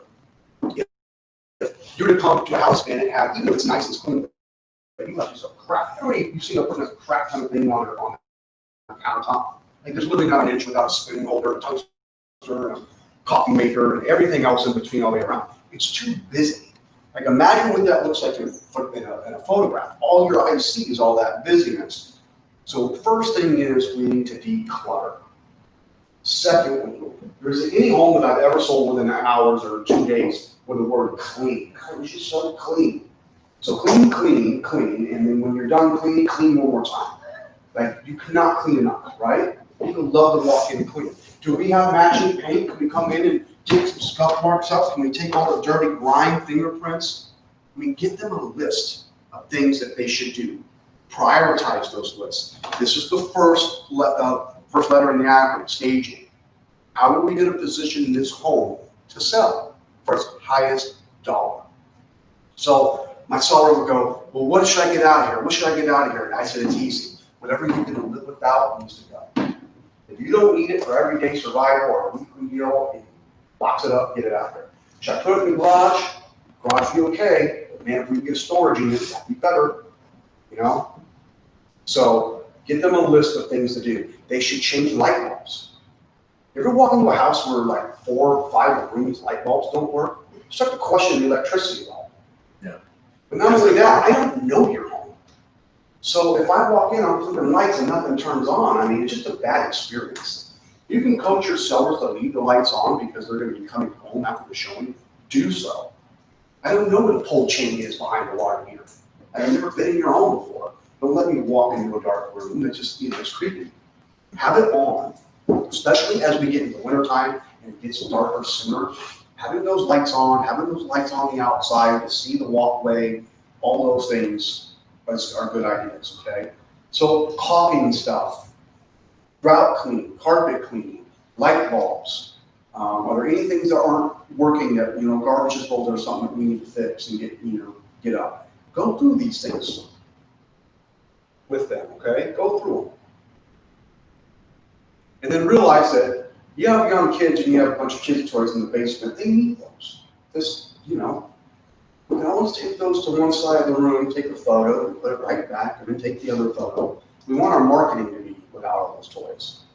But it's different when I walk in there and I see kids' toys in a corner, all nice and neat.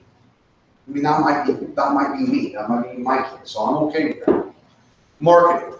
What are you gonna do for me to market my house?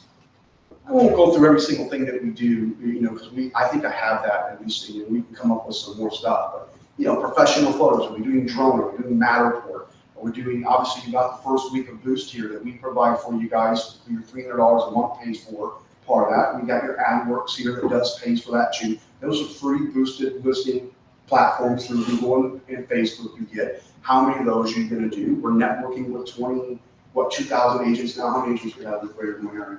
2,500. 25, same number as the listings, huh? One listing per agent. That's right.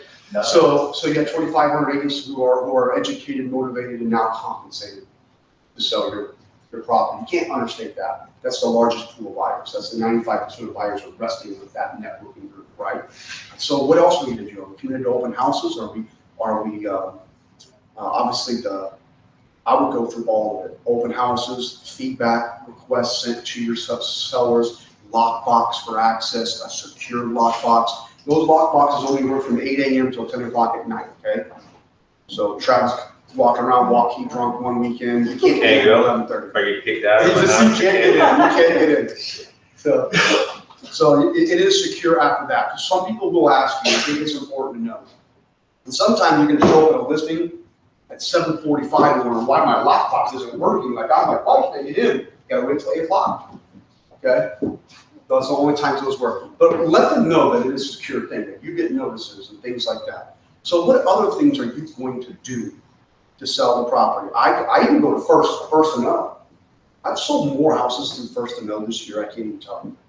So if you're not using that platform, which is a Facebook inner office type, hey, this is a listing that's coming on, or this is a buyer need that I have, do you have any pockets? I've sold more listings. I probably have contributed to at least 8 to 9 sales this year. That's the off only the place. personnel. That's the only place where you can give out the information on the listing that's not listed yet. You can give it out on first to know. You can do it in your office. Because that's inside the company. You can't do it outside the company. Right. Without a signed listing agreement within 24 hours. Like agent tour you did mention. Agent tours that you can do. There are a lot of things that you can do. Customize, if it's a house that needs its own customized marketing plan, it's just that special, do it. We had one agent or 2 agents with us that really likes mid-mod homes. So they had this Butler recreation south of Grand, and there's a mansion on Florida called the Butler Mansion. This was called the Baby Butler, and it was a really 50s, really modern mid-mod type home. It wasn't even her listing, and she hosted a mid-mod party there and ended up getting like 4 or 5 buyers off of it. But what a great idea if she would have been a listing agent to have some kind of event there for people who love mid-modern homes. There's a group of people who are in contact with each other. There's all kinds of things that you can do, but that marketing plan should look as robust as you can make it because you're spending a lot of money. Okay? Really inexpensive to do postcards. Yeah, postcards just listed, those type of things. Yep. Really inexpensive and very effective. Is there a flyer booklet that you're going to do? Like this is a property, has a solar disclosure, has the average utility bills, has where the schools are located, maybe a map of all the parks and all the restaurants and shops that are around there, bike trails. I mean, there's a lot of things that you can do. I apologize for not having something like this is what I do, but I do have that. I'd be happy to share it with you. I'm sure Michelle has some things on file too that would be good to. Just keep your brain working. That's the second acronym, right? Staging went over, marketing went over, and then pricing. And this is what I tell my sellers. Hey, I look them straight in the face, and I say, if a home doesn't sell, it's because one of these three is out of line, if not a combination of them. We don't have a stage right, I'm not marketing it well enough, or we're not priced where we should be. If I can get all three of these to line up with each other, just start packing, I'm gonna have a good. Now, I know that's a bold comment, because I can't guarantee that, I'm not buying houses for these people. But I do look at them in the face, and if they want confidence, give it to them. Give them that you're confident. And I guarantee you'll be right 98% of the time, okay, if they follow your lead on those three things. Keep it simple for them in that regard. Here's your staging to-do list. Prioritize what I think is the most important. Here's the marketing list and what we're going to do for our money. Now, in my marketing plan, for all fairness, I do include the processing on that too. I include what we're doing on the processing side for the listing. Okay, I would too if I was you. It just, because it is a big portion of what we do, you want that marketing plan to be like, oh my God, look at what they're doing. Like, I have to do this if you don't do it. Yeah. So, and then last but not least, the pricing with the CMA, estimate of proceeds on that CMA, right? I always do the two-step listing. And I would recommend as you new agents to do the two-step listing. When you get really good, you can do the one-step listing. Two-step listing means I'm going to meet with the seller at the property, and I'm going to be taking notes and interviewing the seller, as well as they're interviewing me. And the next step is me coming back with the S&P, staging, the marketing, the pricing, nailing the listing down. Okay, that's the second step. So when you talk about interviewing the seller, what am I asking them? I'm asking them what they have done to the property since they've owned. I'm asking them where they're going. I'm asking them what do they think their home is worth. Because I want to know when I'm coming back with my market analysis, am I a hero or am I a goat? You know, am I going to be fighting with them on price, or are they going to be surprised? I'm asking them if they're willing to put in money to the house, maximize its appeal and value. And if so, how much? I'm interviewing them, I'm taking notes. I have a questionnaire that I print off with me, and I'm asking them questions, because if I'm the one asking questions, I'm what? In control. Exactly. Say that louder. In control. In control. I'm the professional.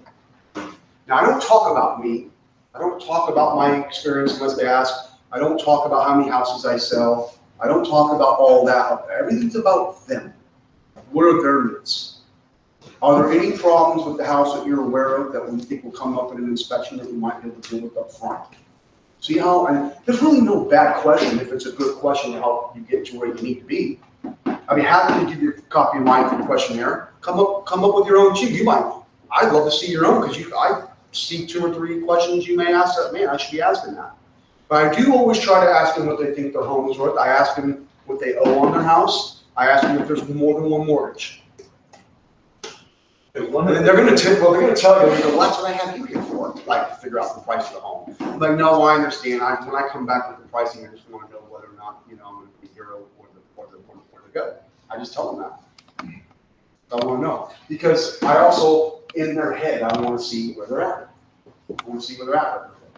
You'd be surprised how many sellers have a pretty good handle on like what's sold in the neighborhood. Like Lance said, they know what the neighbor house sold. That might have been the reason they called you, because of what the neighbor got. So that's my first step. My second step, I'm coming back with the staging, the marketing, and the pricing. And I don't leave that first appointment without setting up that second appointment. And I use that with my buyers too. When I meet a cold buyer, I don't do too much money anymore, but if I met a cold buyer and I'm getting along with them, I should show them 2 or 3 homes. Before I leave that appointment, when's our next appointment? When are we getting together next? It's Thursday night, how's Saturday at 10 o'clock? Okay, great, I'm just going to go over what we're going to meet. I'll show you where we'll meet, and we'll go look at 5 or 6 homes. Same thing with the seller. Now that we got this questionnaire out of the way, I'll have the report done Friday, because I come over Saturday morning. Don't leave the chance that you're going to catch them some other time and set up an additional appointment. You set it right there. Amen. One of the things that I learned the hard way, and maybe that will keep you from doing it, is that when you're newer in the business, you tend to be like a buyer. So when you go in homes, you see them like a buyer. A buyer views homes and looks for reasons to eliminate it. They look and they're like, oh, that's terrible over there, that sucks over there, I can't do that, this is wrong, that's wrong. That's buyer's mindset. When you get into the business and you start turning that over, you start looking for reasons to sell the house. This is really nice, I like this, we can do something with that. That's the mindset you have to get to. You have to, every time you go to a house, that's why Matt's talking about, get on tours, go see houses, look at different things, because you need to start seeing why somebody would buy the house, not why somebody won't. That's your mindset change to go from buyer to a seller. That's where you need to be, okay? The reason to buy. And make sure that you do that when you go into a listing. Start talking to them about the good things about their house, the excitement that you have with what you're seeing and how it might be, even if this, and this all need to be fixed. Yeah, All he's needs to be 100% correct. Yeah. If you walk in, the first thing you notice is the dog smell, and that's the first thing you Yeah, say. right, don't do it. Just might as well turn on, well, he was lost in this thing. Yep. I can tell you that. Yep, But me when too. you walk into a house with like, I don't care what it is, you find one thing to compliment. Like, we have 2 dogs, good, it smells like 5. You want to say, I love this whole series. Oh my God, look how beautiful your hard performers are. Or, oh, I love these Riverdale bricks. I just love you. I mean, you say something positive. Right off the bat. Like, did you do all this landscaping out front? Yeah, we've been doing that for years. Man, it is gorgeous. Like, that is going to photograph so well. Like, that is going to be a huge pop for our marketing there. That is excellent. I can't believe you did that by yourself. That looks professional. Compliment them. Make them feel good about themselves. Sorry, I just had a quick question, and I came in late, so I hope I'm not taking it too far down the rabbit hole, okay? But, so, as a new agent, a lot of us are doing a lot of open houses. And I had, a customer that came in yesterday. They really liked the house, but they really wanted to look at other houses. So I wouldn't talk to them about anything about the house. I just wanted to kind of allow them to get to know me a little bit, feel comfortable. And then the conversation came up, and this is where I would love a suggestion from those of you that are tenured, the conversion. Moving from that personal conversation into the conversation where I want to know, so they've got a house, they need to list that, they also want to purchase another house, in Ankeny. Perfect. Oh. How are we, what are your suggestions as far as how that conversation should look? Yep. Go ahead, Lance. I know me personally, if I'm first off, that's why you're doing the open houses, to meet that person. Yep. So they already know the 2 or 3 of the homes they want to see. Mm-hmm. Okay, so. Well, I take that back. So they said that they had looked at 5 or 6 and they didn't feel that any of them were it. Also, meaning the one that I was sitting in. And that's okay, because that's opportunity, right? And I said, well, allow me to help you simplify that process. Why don't we just get some parameters and then knock out what it is you don't want, so we can spend your time, in a more useful manner. I know if they were looking to go look at 2 or 3 other properties that day, I would say, hey, I get out of here at 4 o'clock. How about I meet you there at 4:30 today? So we can continue this conversation. And if you have time, I'd even be interested in your convenience. Let's walk through your home, take some notes, ask you some questions, so I can help. Give you some information on that too. And just by the way, when I go in, I give you some help on how to maximize your home's value, its price point, and a detailed marketing plan to show you how to do that. There's no obligation, there's no charge for that. I welcome the chance just to get to know you better. And you're like, these are the only 3 properties you want to see. Well, we can't do it today. This is the last one we can go to. When would be a good day for you? I think you can be available tomorrow afternoon if you have time. Let's go look at these 3 properties, and on the end of it, we'll go look at yours. And you're trying to close on an appointment. The key for me is don't leave that conversation with when are we getting together next?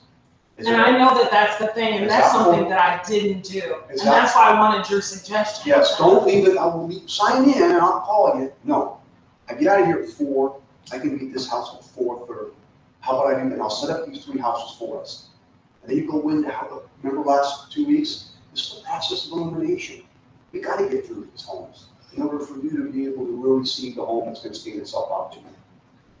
Does that mean, I go right in, I mean, that's what. Absolutely, it's smooth. Yeah, and then we can work parallel to getting your home ready for sale. I just gotta be able to go through there, I gotta take some notes, I really wanna give you some information that's gonna help you in that process as well. I can give you a breakdown of fees, I can give you a staging report, I can give you a market analysis, and you know, going with all that. So, right? Like, Okay. One of the things that I like that transition in, if you do in your questioning, which at open houses, you get like 3 questions, maybe 4. Okay, and then they're tired of you asking questions. So make sure your questions are, you know, giving you the information you need. But if somebody's like selling a house, you know, or needs to sell their house like that, say, okay, why don't we do this? I don't mind.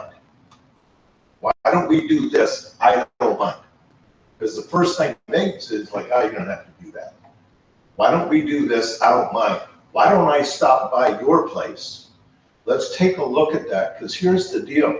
We need to get a foundation built. If you're going to move forward, you need a foundation, and that includes figuring out your home, what needs to be done, how much it's going to be priced for, so you know how much you can get out of it. That's the next step, is like, we'll get you pre-approved, ready to go, you know how much of that. Then, when we stumble across the house that you really like, you know what you can do. Right now, if you stumble across the house you really like, you're in limbo. You have no idea. Let me help you with that. Is 4 tonight better, right after my open house, or do you want to meet tomorrow at 5? Now, that's a closing technique that you just use.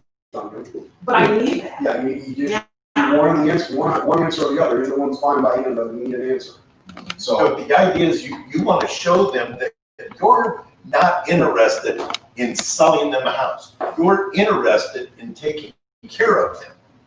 So what you're gonna hear, this is another conversation you have with sellers, that seller's gonna be, maybe they're older, maybe they're downsizing, they're just gonna be like, gee, my biggest fear is that we're gonna find the home that we want, and we're not gonna have our house sold, or we're gonna sell our house, but we don't build a home that we want, right?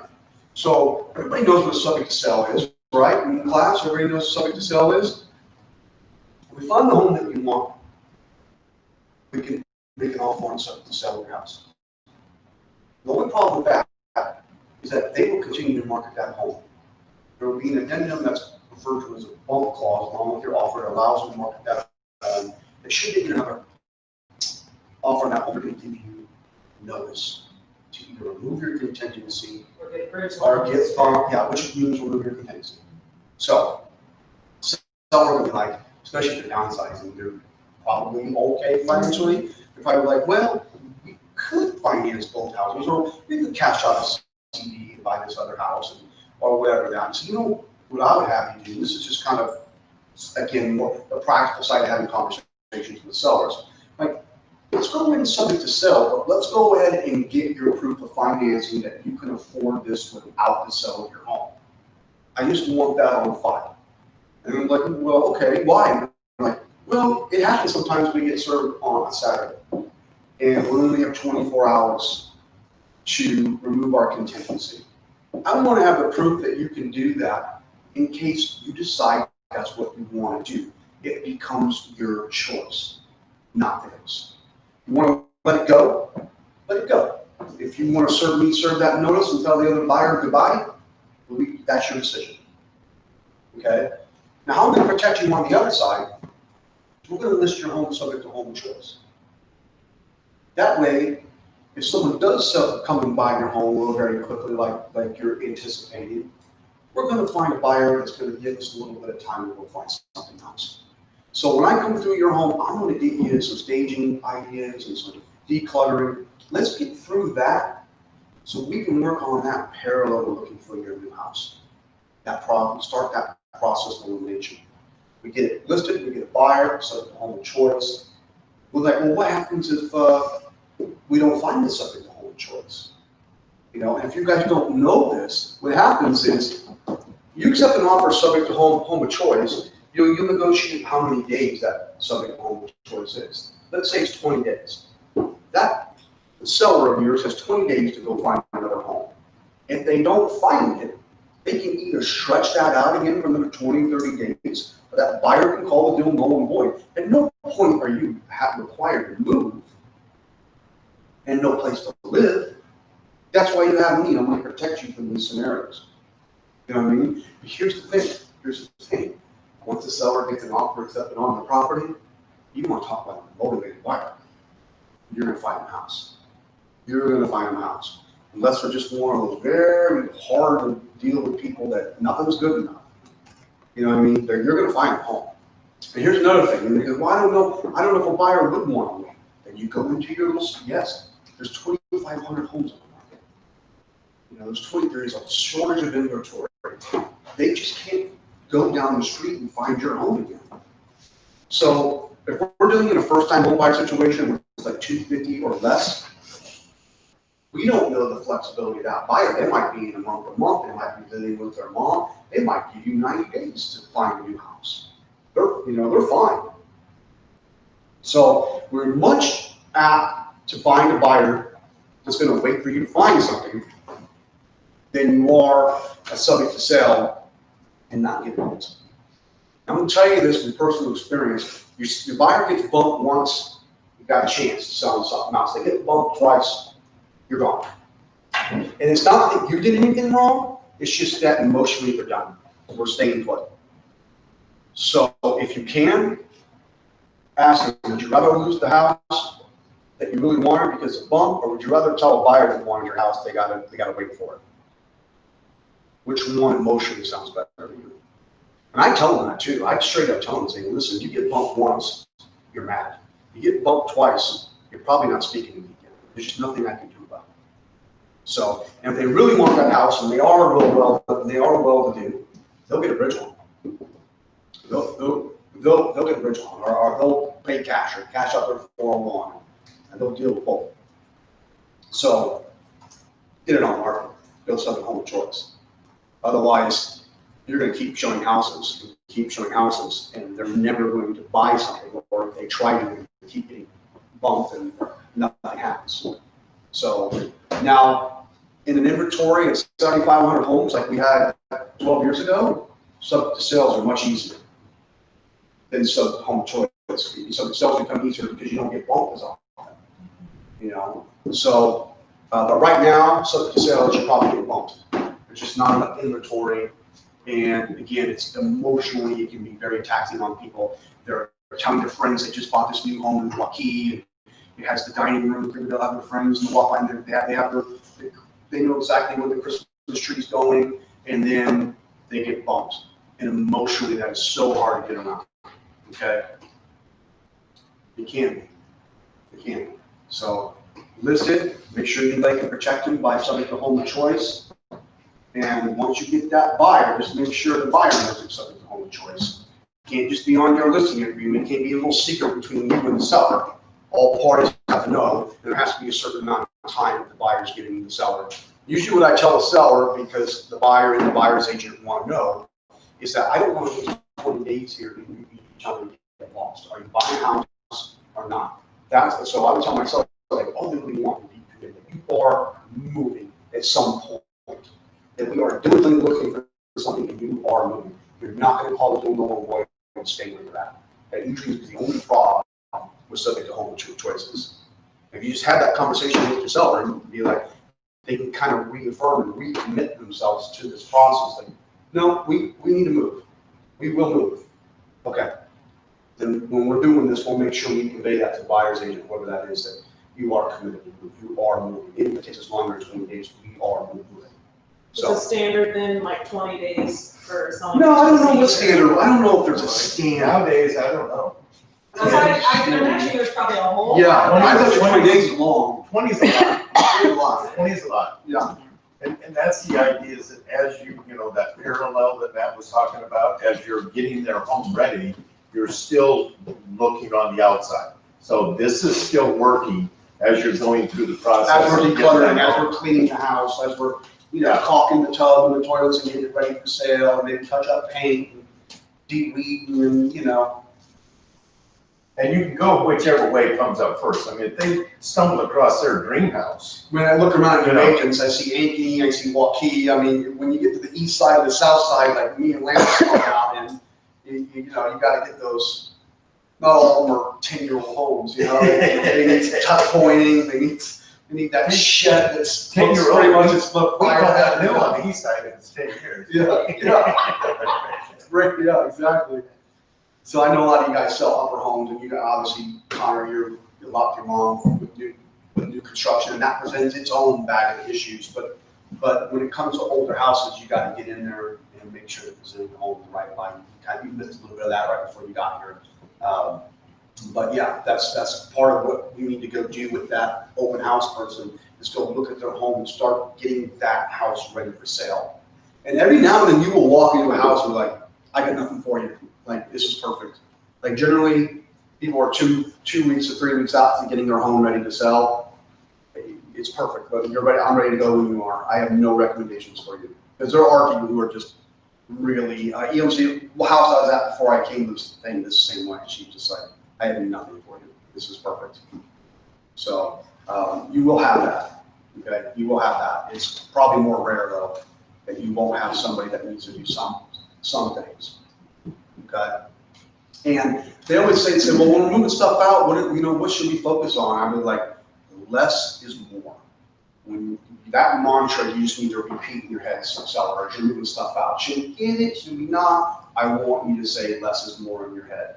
Go look at a home that's staged professionally. I imagine you guys have all seen them online. It's not a lot. You know, there's not a lot of stuff there. So they are living in the home. They need to live and function in the home. It's not going to be stale, but if they don't need it to survive, if they don't need it to live, then let's get rid of it. You know, if we have small closets and it's May, let's go ahead and tote all of our winter stuff and just keep our summer stuff in the closet. Let's show more space. And listen, when I talk about staging cleaning, that is it. When we're talking closets, we're talking cabinets. We're talking, I don't want to open up your pantry and everything just, no, I mean, some people even like labels out. I don't know if you gotta go that far, but to that degree, like, we need to get into those cabinets and vacuum places we haven't vacuumed in years. We need to clean our blinds. We need to clean our windows inside and out. We need to open up the window, clean the window seal that's got all that black gunk in it. I mean, all that stuff goes a long way. Give them a list, prioritize the list, and let them know, hey, listen, I know you might not be able to chew and digest all of this. Pick the stuff you can, and let's do it. You know?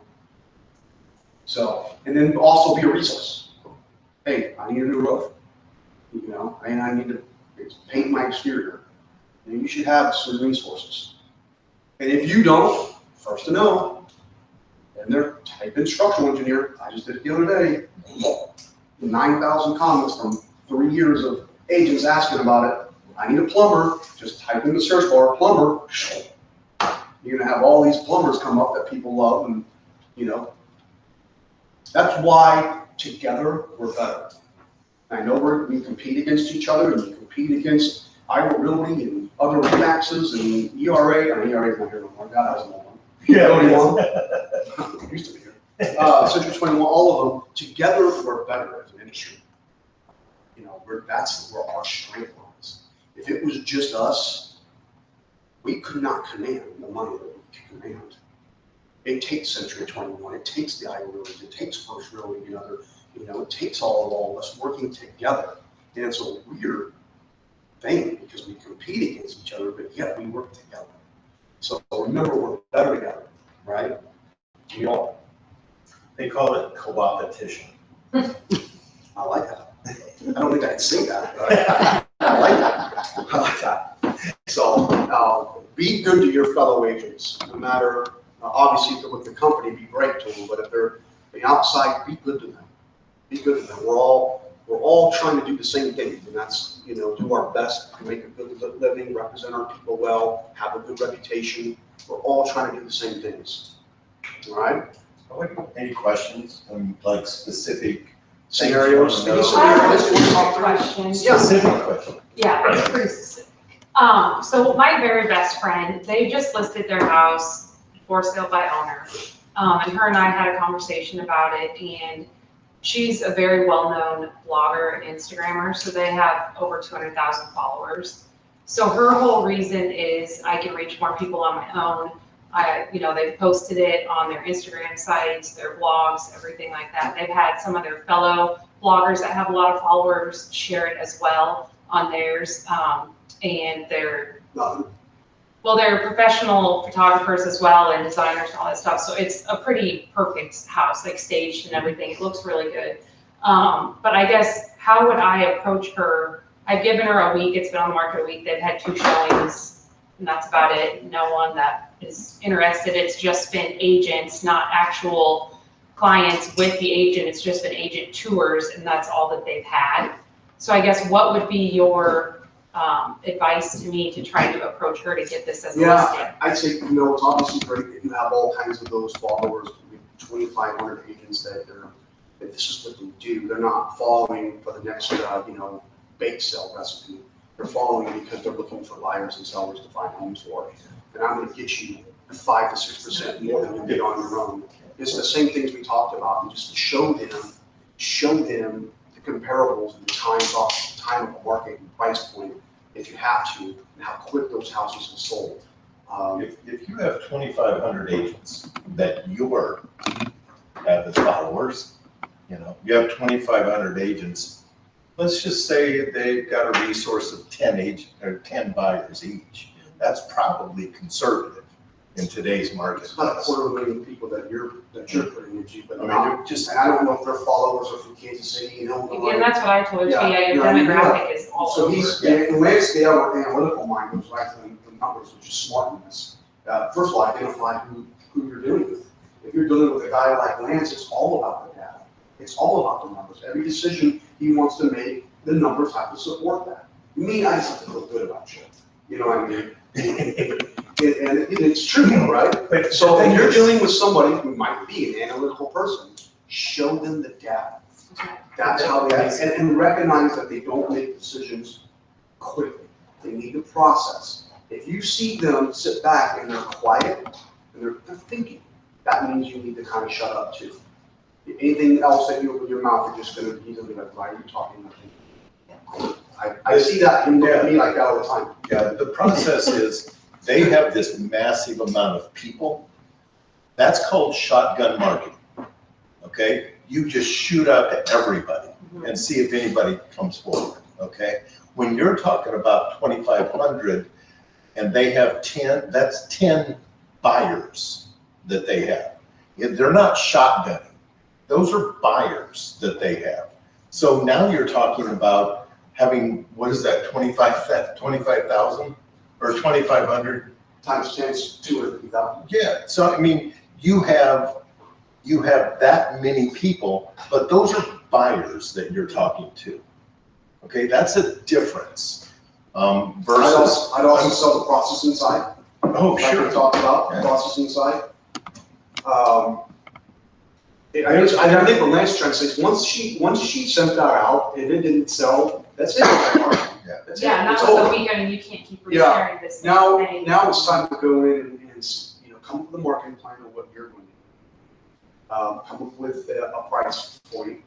You do your SMT, and then go on there and sell the value of the real estate networking. Okay. Because they are under the impression that they're saving money and they think that it's great. We'll work with a buyer agent, we'll pay 3%.